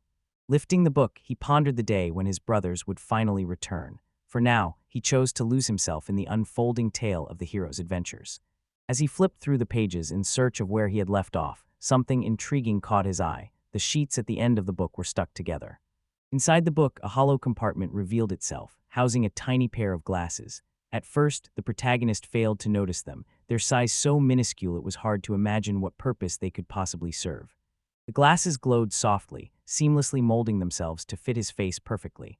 Their magical nature became clear as they adjusted on their own to match their new owner's features. Curious to see the glasses in action, he slipped them on and instantly, a large digital book appeared before his eyes, its pages already open and ready to read. The sheet turned out to be a manual, complete with a note of gratitude for using the artifact and a thorough guide to handling the glasses. These glasses had already been noted for their enchantment, crafted to amplify weakened spells. When not in use, they remained small and unobtrusive, but once activated, they expanded gracefully to the exact size required. These glasses grant the ability to use the skill known as analysis. A single glance at an object sufficed for analysis. Instantly, a window would appear before him, displaying detailed information about the selected item. The instructions promised that these glasses would prove useful to Kane, and he clung to that hope. The gift was exactly what Kane needed, granting him access to the analysis function. He expressed his heartfelt gratitude to the hero for such a valuable present. The memory surfaced of a magic requiring an analyzed skill, and now, with this knowledge, he realized he could access and review his own status. Mastery of this skill at the basic level enables the user to deconstruct magic into its core components and inscribe it onto scrolls, magic stones, and similar mediums. Attaining the advanced version demands separate training in analytical abilities, which are essential for transforming magic into complex magical constructs. Inscribing analyzed magic onto a scroll or stone consumes 10 times the amount of mana that the initial analysis required. To activate magic already recorded in this way, one must expend triple the magical energy compared to using the analyzed magic directly. Achieving proficiency in the enhanced version of this skill hinges on possessing a dedicated analytical talent, crucial for converting magic into intricate magical formulas. A surge of joy filled him as realization dawned. Mastering analytical skills meant he could now conquer any field of knowledge he desired. Inspiration struck, and thoughts turned to a magical formula he had once set aside, now tempting him with new possibilities. He decided to investigate which abilities became available at the first tier of magic. Among them, creation of magical ink stood out, a skill that enabled its user to conjure and draw a magic circle at the cost of 30 units of mana. As the drawing unfolded, all analyzed magic within the caster would be transformed by the system into a physical magic circle, materializing right before their eyes. Moreover, this technique allowed for the magic circle to be imprinted onto a chosen object. No incantation was needed for this power, simply uttering its name, holding a clear vision of the intended effect, and channeling one's energy were enough to activate it. The process unfolded through several distinct stages. It began with the preparation of enchanted ink, followed by a careful analysis of the spell, then the creation of a magic circle, and finally transferring that circle onto a chosen surface. Choosing his starting point, the boy set to work crafting the special ink. Concentration took hold as he pictured an ink bottle resting in his palm and channeled his magic toward it. To his own amazement, the effort paid off. The coveted bottle now rested in his hand. The astonishing color of the bottle captivated him, filling his heart with delight. Before moving on to craft a magical circle, careful analysis of the magic itself came first. Puzzlement clouded his mind, for he believed that analyzing magic was already within reach. Information about the first-level magic circle once again floated before his eyes. The result was absolute zero. The circle proved virtually useless, leaving the boy deeply disappointed. Steady dedication to training remains necessary for him, as he still needs time before his skill level rises. Before his eyes appeared an enchanting lamp, its presence inviting him to immediately consider the possibility of analyzing it. As his attention locked onto the lamp, a series of information windows materialized before his eyes, each one following another in swift succession. The unexpected sight rendered him utterly speechless. A torrent of mysterious symbols surged before his eyes, revealing the magic's analysis. The hero had always believed that conjuring a magic circle was only possible after reaching a certain level. Resolving to take action, he summoned his magic and shaped a mystical circle. Instantly, a pentagram-shaped window materialized before him. The magical circle designed for the witch's lamp captured the boy's attention, drawing him in to study its intricate symbols. Glowing with the vibrant light of living magic, it seemed to pulse with energy as he examined every detail. The idea of analyzing this baffled him, especially since it already had a level. On top of that, light magic likely didn't even operate on levels at all. The concept of life magic also remained a complete mystery to him. For now, he chose not to dwell on these puzzles and turned his attention to something more pressing. He needed to do something about the magic circle of light and transcribe it into his own department. A gentle smile appeared on his lips as he announced his readiness and shared a quiet hope that everything would turn out well. As the magical circle took shape, a sudden hiss sliced through the quiet surrounding him.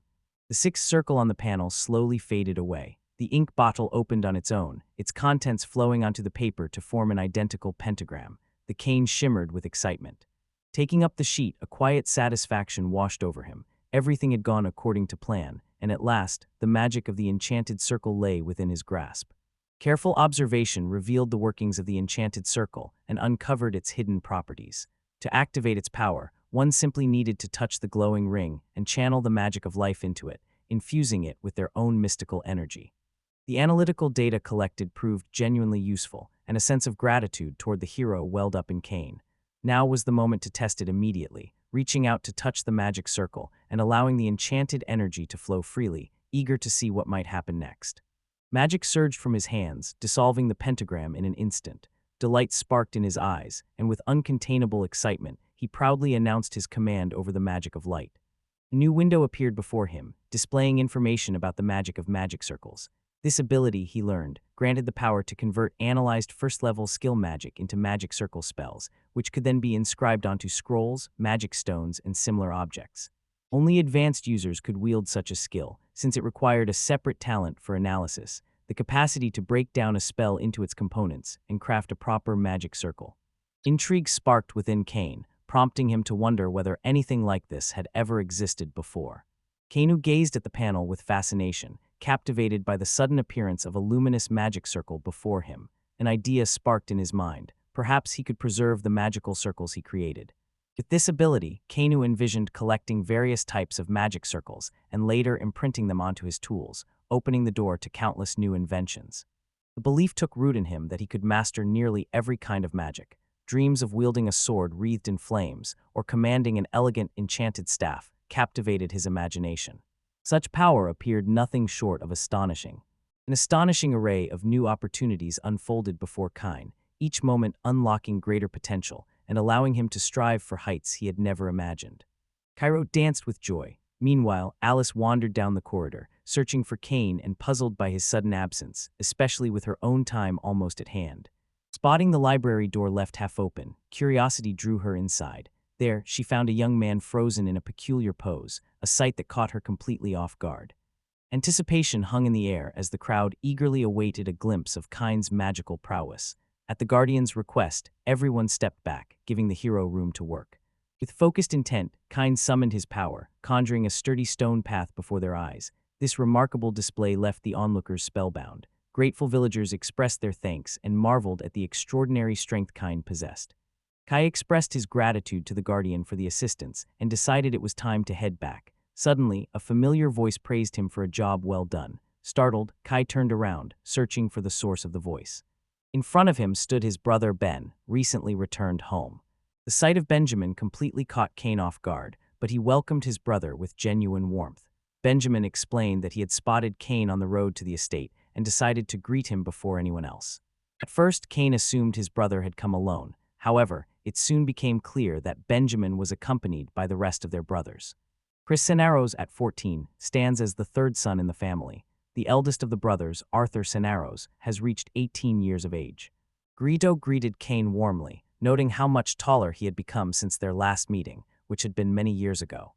Compared to most, Greedo appeared almost gigantic, standing almost as tall as his own father. When Kane uncertainly called him his brother, Arthur felt a wave of surprise. Apparently, Kane had no memory of him at all. No accusation escaped his lips. Instead, he calmly introduced himself to the boy once more. Gesturing towards his slender brother, he added that his name was Chris and kindly asked the boy to remember it from now on. Kane ran his hand over the boy's head and couldn't help but notice how large his own palms were. The assumption arose that the hero likely didn't remember him either, since his own appearances in the game grew scarce as he focused on caring for his mother.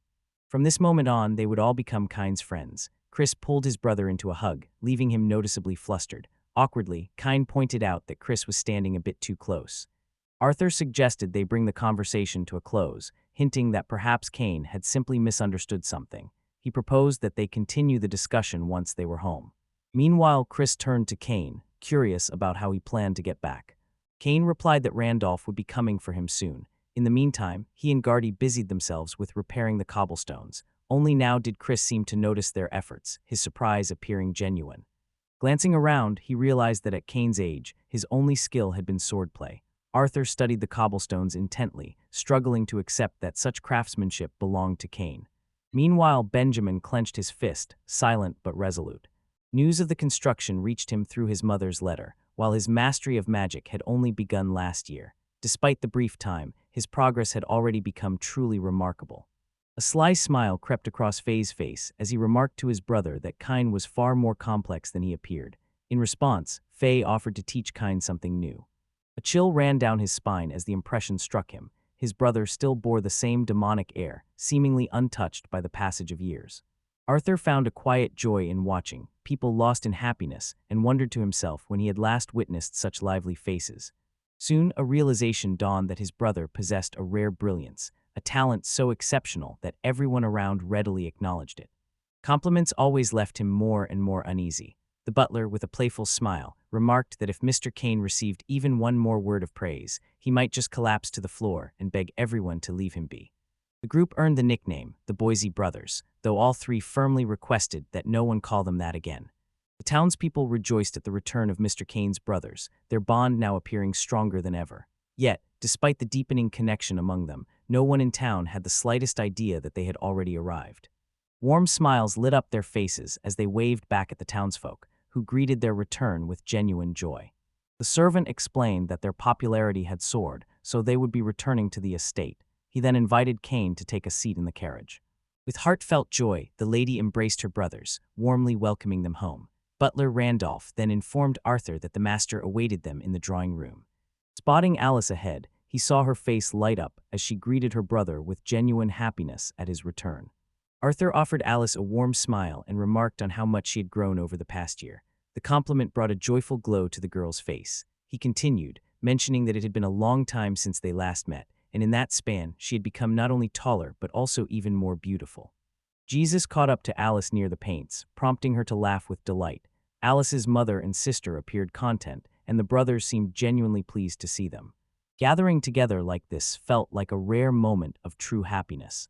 Heartfelt welcomes greeted their sons as the parents expressed hope that the journey had not left them weary and offered a day of well-deserved rest. While the conversation unfolded, Cain noticed his father's spirits were high. The warm and welcoming atmosphere of their family gathering filled him with quiet contentment. Dinner finished, their father summoned the three brothers to his study, intent on discussing something of great significance with them. Meanwhile, Cain found a rare moment of leisure and made his way to the library, eager to lose himself in a book about a legendary hero. Ein pondered the urgent need for a proper sewer system in the city. Such an infrastructure was essential if he hoped to install toilets and extend the city walls. He also began to consider the prospect of building a public bathhouse for the townspeople. Immersed in a book, he suddenly caught the sound of someone calling his name and turned around to see who it was. Brother Chris finally found him, and Cain asked how he could assist. Chris, along with the other brothers, expressed their wish to see Cain and invited him to join them in the room. Chris glanced around, sensing that something unusual might have occurred. What struck him most was seeing Cain deeply absorbed in books. In the past, Cain had rarely set foot in the library and had shown little interest in reading. They assured everyone that all was well and promised to tidy up the room. Entering the room, he told his brother Arthur that he had invited Cain to join them. The hero was taken aback. Even his brothers never entered without permission, clearly treating their responsibilities with utmost seriousness. Once granted entry, Chris opened the office door and offered a polite apology for the unexpected visit. Cain, following his example, responded with equal courtesy. Arthur and Benjamin stood in the room before him, their gazes fixed intently, almost piercingly, as they studied his every move. Arthur expressed approval at Cain's arrival and explained that he had invited him to discuss their current situation. In Arthur's opinion, the timing felt somewhat premature, yet Benjamin agreed to proceed regardless. Arthur found nothing strange about it, assuming the boy was well aware that their family belonged to the nobility. With 4 boys in the household, curiosity prompted Arthur to consider asking about it directly. Summoning his courage, Arthur asked the hero directly if he desired to become the rightful heir. It felt as though a bolt of lightning had struck the hero, leaving him momentarily stunned and unable to grasp just how unexpected and strange this question truly was. As the rightful heir to the title, Sindidimida's question was meant for Cain, the 4th son, inquiring whether he wished to take on the mantle himself. The unexpectedness of the proposal left Cain stunned for a moment, though in his heart he already knew exactly how he would answer. He announced his decision to refuse the inheritance. His support for his brother Arthur stemmed from a sense of duty to the kingdom, but his involvement stopped there. Surprising his older brothers, their eyes fixed and unblinking as they watched the boy intently. Benjamin chuckled after a brief pause and reminded Arthur that he had mentioned this before. Embarrassed, Arthur scratched his forehead, puzzled by the way everyone around him kept telling him the same thing. Watching their father, it always appeared as though he was buried in paperwork, completely consumed by his duties from dawn until nightfall. The brothers exchanged knowing glances and broke into laughter, sharing an unspoken understanding. With Cain now among them, Arthur chose this moment to approach his brothers once more with a proposal. His vision was to elevate the gay Rose family to genuine prosperity, and achieving that would demand the full support of every family member. Bowing his head before his brothers, he humbly asked for their support. Chris and Benjamin responded with warm smiles, pressing their hands to their chests in solidarity. In contrast, Cain was caught off guard by his brother's request, his surprise plain to see. Benjamin stood prepared, his resolve firm, ready to lend his support to his family. O cast an uncertain glance at his brothers, but soon followed their lead. He placed his hand over his heart and echoed their words. Laughter rippled among the brothers, and Arthur gently ruffled the boy's hair in a gesture of affection. As the celebrations drew to a close, preparations began that very evening for a discussion about the region's future development. Arthur suggested to his brothers that they talk through which tasks each of them might take on, and together define the responsibilities each would assume. Arthur initiated a conversation with Chris, leaving the boy puzzled as to why he had been chosen first. Benjamin could only let out a weary sigh and admit that he had nothing to offer. All eyes soon turned to Cain, drawing particular interest from everyone present. During Cain's absence, everyone finished their dinner. His father expressed his gratitude to all for sharing their information and then turned to his sons with a special request. After the baptism, a subtle shift became apparent in Cain. Perhaps the cause lay in his newfound abilities, or maybe it was simply the confidence that came with greater experience. Benjamin, too, sensed these changes during their training sessions together. Their father requested that the boys watch over Cain during his stay and also teach the naive and cautious Cain how to defend himself.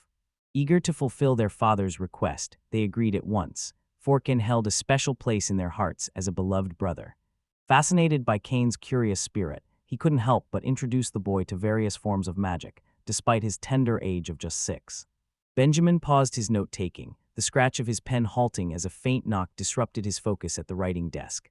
After granting permission to enter, Cain stepped into the room, offering a quiet apology to his brother and explaining that an urgent matter required discussion. It felt much like a friendly conversation. Cain shared a few ideas for improving life on the estate and genuinely needed his brother Ben's wise advice. He agreed and, before anything else, asked to hear about my ideas. Cain set his sights on 2 essential projects. First, the construction of a public bathhouse, and second, the development of a proper sewage system. No one had ever seen a genuine public bathhouse before, so people imagined it as a giant tub filled with hot water. Cain patiently clarified that a bathhouse was actually a spacious facility, large enough to accommodate 10 people at once. Confident in his vision, he believed such a place would help the townsfolk stay clean and, in turn, reduce the spread of illness. This system operates as a network of sewers, where rainwater and waste from toilets flow into underground city channels. There, the sewage is transported outside the city for treatment before being released back into the river. He believed this process would enhance public hygiene in urban areas and greatly reduce the spread of disease. Lost in contemplation, he felt certain that once everything was finished, joy would spread among the people. His brother shared this enthusiasm, truly believing the ideas were excellent. The moment brimmed with wonder, and Benjamin could hardly believe that such an idea had sprung from his mind at just 6 years old. His words hinted at something deeper, sending a shiver through Cain. He explained that he had only learned all this from the illustrations in a book about heroes. On his own, he would never have come up with such a thing. True to his word, Benjamin trusted him. The book about the hero served not only as a goldmine of valuable information, but also as a convenient excuse for Cain, who silently thanked the hero for it. Meanwhile, Benjamin searched for a way to be useful to Cain, who suggested they begin by preparing a bath. Cain needed a generous supply of hot water, so if Benjamin possessed fire magic capable of heating it, he wanted to see how it worked. While his brother couldn't ignite flames, he did have the ability to control the temperature of water and various other objects. For Cain, that skill proved more than adequate. A strong desire pulled him to witness the sorcery firsthand, driven by the ambition to harness the power of the magic circle and craft an artifact of his own. Astonishment flooded him as he realized what he could achieve with the power of magic. The twin brother paused, pondering whether there could ever be a limit to Cain's surprises. Now, with the magic circle at his disposal, any tool seemed within his reach. Brother Ben had already recognized the true value of this magical circle. The answer came quickly, confirming that there were, of course, certain limitations. This circle could only summon magic no higher than negative first level, and its activation demanded 10 times the usual amount of magical energy. Ben found this reasonable enough. After all, that was an enormous quantity of magic. The thought piqued his curiosity about how much magical power Cain possessed at that very moment, and a faint chill crept through him as he considered it. Lowering his head, he gathered the courage to confess, trusting Ben as his own brother. With a hint of hesitation, he revealed his boundless magical power, while Benjamin responded with a quiet, knowing smile. A hearty laugh escaped him as he admitted how this young man had once again managed to surprise him. Regaining his composure, he offered an apology to his younger brother. Expressing gratitude to Cain for his honesty, a promise was made to keep his secret safe. This gesture brought genuine relief to Cain, who readily agreed. The girl was growing up much faster than Benjamin had anticipated, prompting him to act with greater caution. Steering their conversation back to the subject of magic that could alter temperature, he explained that such spells belonged to the second tier of magical arts. Fortunately, the difficulty was not as daunting as it might have seemed. This indicated that the spell affecting the temperature belonged to the first tier of magic. Benjamin, curious to learn more, asked Cain how he identified the type of magic in use. Known as the magic of life, this unique power alone possessed the ability to create a magical circle. No other form of magic could alter temperature. If the magic of life was truly necessary, then simply heating the water would have sufficed. Such an explanation caught Cain by surprise. As it turned out, anyone could learn the magic of life at the church. Next time, he could approach the priest and acquire this skill himself. The hero had never imagined that such simple and accessible magic existed. Within the silent walls of the church, memories of past conversations with his father about the magic woven into daily life surfaced in the hero's mind, making him realize how much time had slipped away since they last spoke of such things. In this world, magic was woven into everyday life, and it seemed that Cain alone remained unaware of it. With a gentle smile, she gestured for Cain to step inside. During the conversation with his father, Alyssa had stood by his side. Lydia suggested meeting with Alyssa before they left for the church. All the necessary measurements for the formal travel attire, which he was to wear at Count Shield's estate, had already been taken. Preparations appeared complete, with only a few final touches left to attend to. On the day they went shopping together, he found himself forced to try on countless outfits, a situation that deeply irritated him. Pushing aside memories of those unpleasant moments, he headed toward the church with purposeful determination. Warm greetings awaited Mrs. Alice and Mr. Cain as they entered the church. He replied that they, too, were welcome guests. The priest already understood the purpose behind their visit, and he invited the children to follow him. Their guide led them into a chamber where a grand statue of the goddess, the Lady Protector, stood in solemn majesty.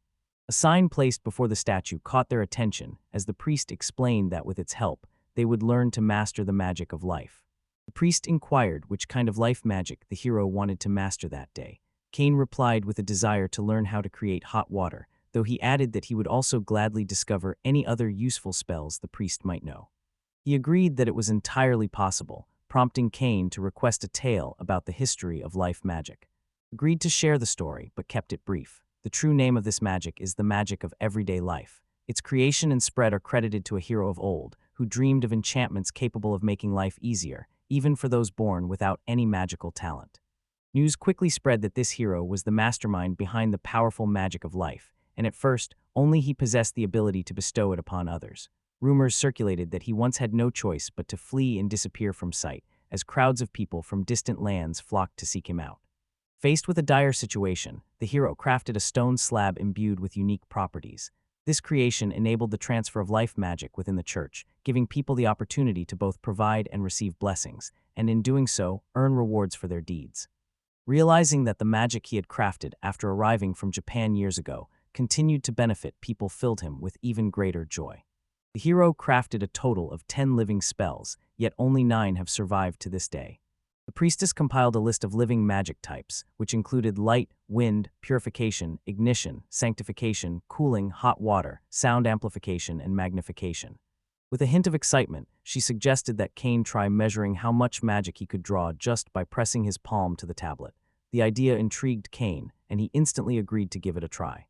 Drawing closer to the plaque, the hero reached out with both hands. The moment his palms made contact with the surface, a surge of radiant light spilled forth from the inscription.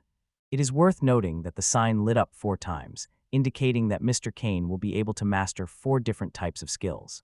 In that case, he wished for hot water, light, and a magnifying glass, while deciding to save the 4th skill for another time when new abilities might be needed. The woman asked him to keep his hands exactly where he had placed them, and began to whisper an incantation in a language he did not recognize. Rose stared in astonishment at the plaque. Beneath his hands, it burst into vivid light, then just as suddenly faded into darkness.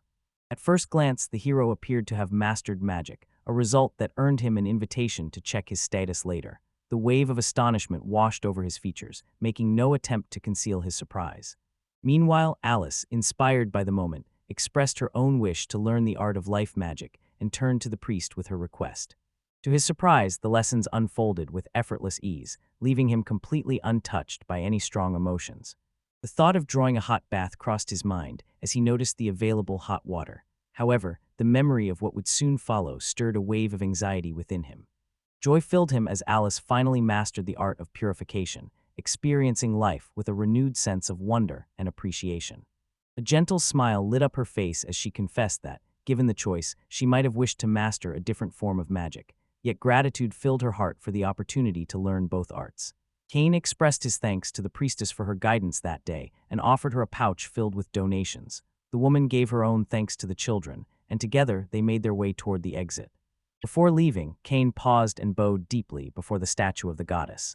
Noticing what happened, the girl hurried to Kind's side and copied his actions.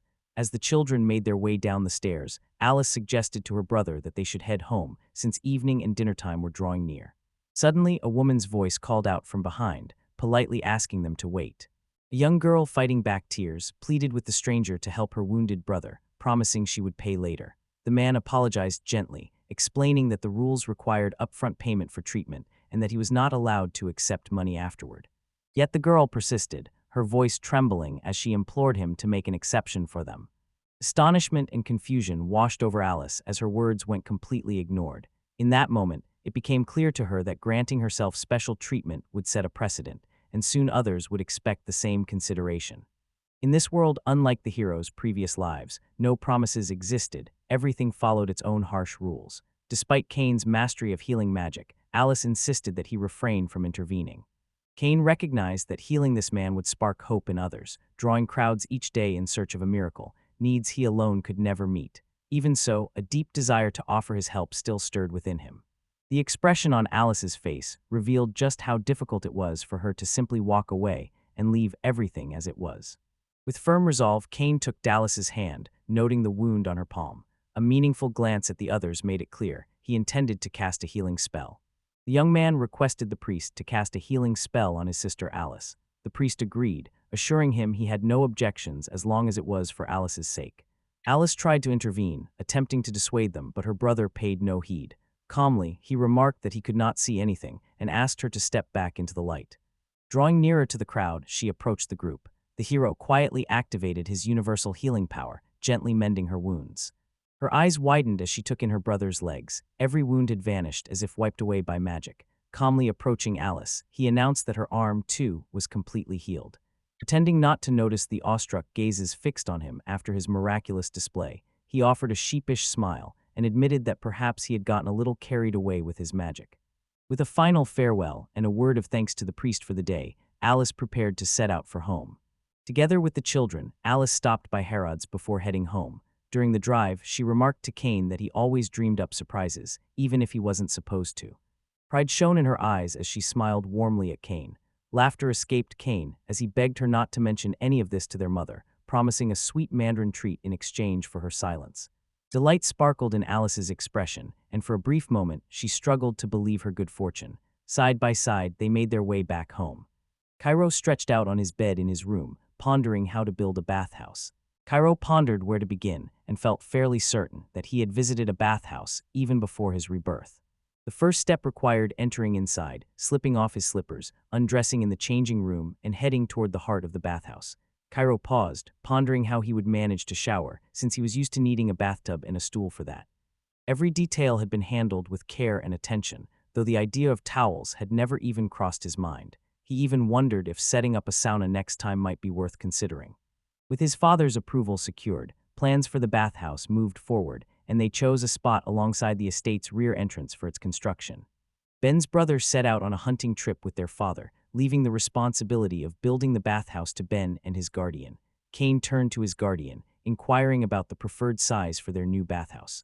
Designing a bathhouse requires careful balance. When it's too small, fitting everyone inside becomes a challenge, but if it's too large, keeping the water warm proves difficult.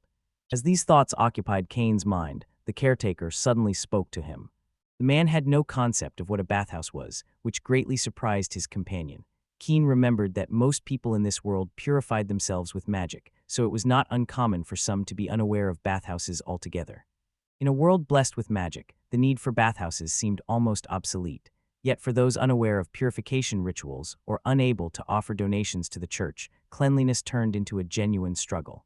The maid informed the children that bedtime had arrived and gently reminded them to complete their nightly cleansing ritual. Placing a spell upon Can's palms, she caused his hands to become immaculate in an instant. She then performed the same magic for Alice, ensuring her hands were just as clean. Realizing that magic only banished the dirt from his skin, leaving the deep exhaustion untouched, he chose to endure a little longer. The thought of sinking into a warm bath became a small dream, the promise of finally letting go of the day's weariness and finding a moment of true rest. That was the reason they needed to build the bathhouse, and so the hero took it upon himself to explain to the guard what a real bathhouse truly was. The hero provided a thorough explanation, and at last, the guard understood what was needed. It became clear that the bathhouse had to be spacious enough to accommodate 3 adults. Whenever the lady of the house went to bathe, her maids would accompany her so they could all wash together. The memory had vanished from her mind, while, at the same time, the guardian already pictured the scene unfolding in vivid detail. Seeking to banish inappropriate thoughts, Kane reasoned that the room should be spacious enough to comfortably fit at least 3 adults. Additionally, a window would be necessary, so he turned to the overseer with a request to see if at least one could be added. Unaware of this, the hero decided to seek advice from Mr. Randolph. Aside from the window, a roof was also required, and uncertainty lingered in the hero's mind about how to proceed. Should a stone wall with openings take shape right away, or would it be wiser to first conjure a solid wall and later carve out the necessary gaps with magic, just as before? Weighing each option, the hero mulled over the steps ahead. Building a proper bath would demand careful planning every step of the way. In the past, Hatton had tried to join stone walls together, but his efforts ended in failure. Building one wall atop another had proved impossible. Determined not to repeat his mistake, he decided to think everything through carefully this time before beginning the construction. A minute later, the guard returned and thanked Kane for his patience. Accompanying him were Mr. Randolph and Mrs. Knoll. She had been called over since she happened to be in the building. Upon seeing Kane, the young woman's face lit up, and she greeted him warmly. Upon hearing he was in need of help, she immediately arrived. The hero welcomed her warmly, making it clear how pleased he was to see her. Curious about which window Mr. Keene referred to, I asked for clarification. The young man explained that it was a ventilation window, designed to open only slightly and remain hidden from view outside. For instance, sliding the bottom part of the window outward from the inside required considerable effort. The butler assured that by tomorrow, the windows would be delivered to the house. Additionally, he requested several more windows in various shapes and sizes. While waiting for their delivery, Noel could lend a hand with building the bathhouse. The facility must feature a bathtub, a shower, and a changing room. The changing area should accommodate 3 adults comfortably and include space for storing a supply of hot water. Grout believed he could carve extra space by chiseling niches into the walls, yet soon discovered that building interior partitions or installing a bathtub proved far more complicated. The girl wondered aloud if he truly had to create all of this on his own, using magic. He crafted objects possible only through the use of magic, while the rest of the work could be handled by skilled masons or carpenters from the guild. Kine appeared genuinely moved by these words and nodded in agreement. Indeed, magic could not accomplish everything. With spells, they managed to raise the walls and build the bathhouse, but the roof and the finer details required the skilled work of human hands. The boy expressed his gratitude to Noelle for her support. She offered a respectful bow, her eyes alight with genuine happiness at having been able to assist him. Resolving to press on, he turned his attention beyond the roof, conjuring every other part of the structure through the magic of stonewall sorcery. Everything the boy crafted left the onlookers amazed. Next, he set about shaping the openings for the door and windows. First, careful calculation was required to determine the precise amount of magic needed, ensuring the material formed evenly. Then, it had to be divided into several small sections. Since repeated use of the removal spell was not possible, the young man cautiously shaped window openings into the wall. Tyler expressed his admiration for the spectacular view, while No agreed, remarking on its genuine beauty. Hardy asked how they intended to finish the floor, prompting Mr. Kane to explain that they would lay down flat stones for a low, sturdy paving. The bath would be set at a slight angle to allow water to drain easily, and he invited everyone to step closer for a better look at the planned structure. The stone wall will be repurposed into a cobblestone floor, gently sloping downward. I informed Mr. Kane that everything was progressing smoothly, and the structure had already taken on the desired shape, though a few small gaps remained. The surface also needed a bit of light sanding. To everyone's surprise, the man had already prepared for the next stage, streamlining and speeding up the construction process. With renewed determination, Kane turned his attention to the bathroom. It was as if the bathtub itself could sense his relentless drive. Once more he called upon the magic of the stone wall, layering it with a purification spell.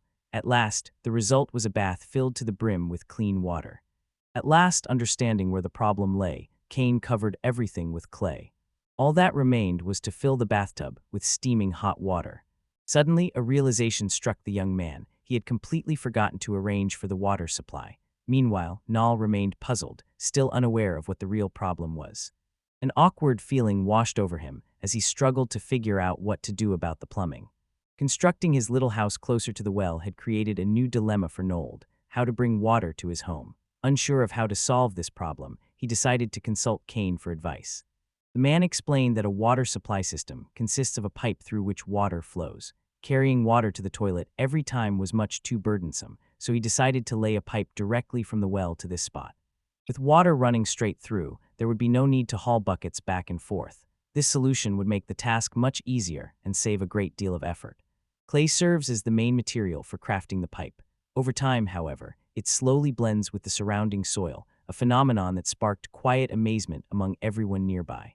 The idea of using a soil compactor occurred to Kainu. They needed to pack down and smooth out the surface, transforming the ground into a firmer and more even foundation. With this method, the soil hardened to the consistency of concrete, making it possible to continue the work. Returning to the group, Chain announced he would need their assistance once more. Pedro relayed a message to his father through Randolph, expressing his wish to lay a water pipe from the well to the bathhouse. Once he received permission, he set about the task. During the course of his work, however, he made several mistakes. He quickly grasped how to prepare the slope and offered his assistance. Working side by side, they resembled a skilled maintenance crew. Despite the significant amount of time it demands, they still managed to bring everything into order. The boys received heartfelt thanks for their help, and everyone shared a quiet joy in having been there to support Mr. Kane. Satisfaction filled him as the construction finally came to an end, leaving behind a gentle, welcome weariness. The final task was to fill the tub with water, so the hero chose to start by filling it halfway. Even this proved to be a challenge, prompting Kane to call on everyone to give it their all. Taking turns, each person drew water, gradually working together to fill half the tub. The weary heroes paused for a moment, while Kane conjured simple chairs with a flicker of his magic. They needed to decide how they would organize this task and manage their work in the days ahead. As their task neared completion, the hero carefully poured more boiling water, aiming to reach the ideal temperature. Meanwhile, the butler noted that the water had already filled half the bathtub and turned to Mr. Kane for guidance on their next steps. Mr. Kane suggested they simply observe and then cast a hot water spell. Delight flickered across his face as he explored this device for the first time, pleasantly surprised by its convenience. Testing the water with his hand, he decided it could use a bit more heat and adjusted the temperature accordingly. Everything finally reached perfection.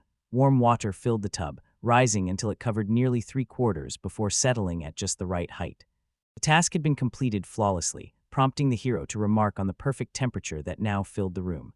The boys invited the Guardian, Noel, and Randolph to experience it for themselves. The bath before him was unlike anything he had ever encountered. Nearby, the Guardian remarked on the apparent heat of the water, noting that such a reaction was common for anyone experiencing this kind of bathing for the first time. The water's temperature proved perfect, neither too hot nor too cold. Guardy immediately realized he would happily linger here for a long time, while Kane suggested that everyone make the most of this delightful soak together. Slipping her feet into the steaming water, she instantly felt a wave of delight. Never had she imagined such comforting warmth enveloping her soles. The guard observed as relief washed over Fatty the moment he sank into the bath. Delight lit up his face as he noticed everyone's enjoyment, certain that each person would gladly immerse themselves in such a bath.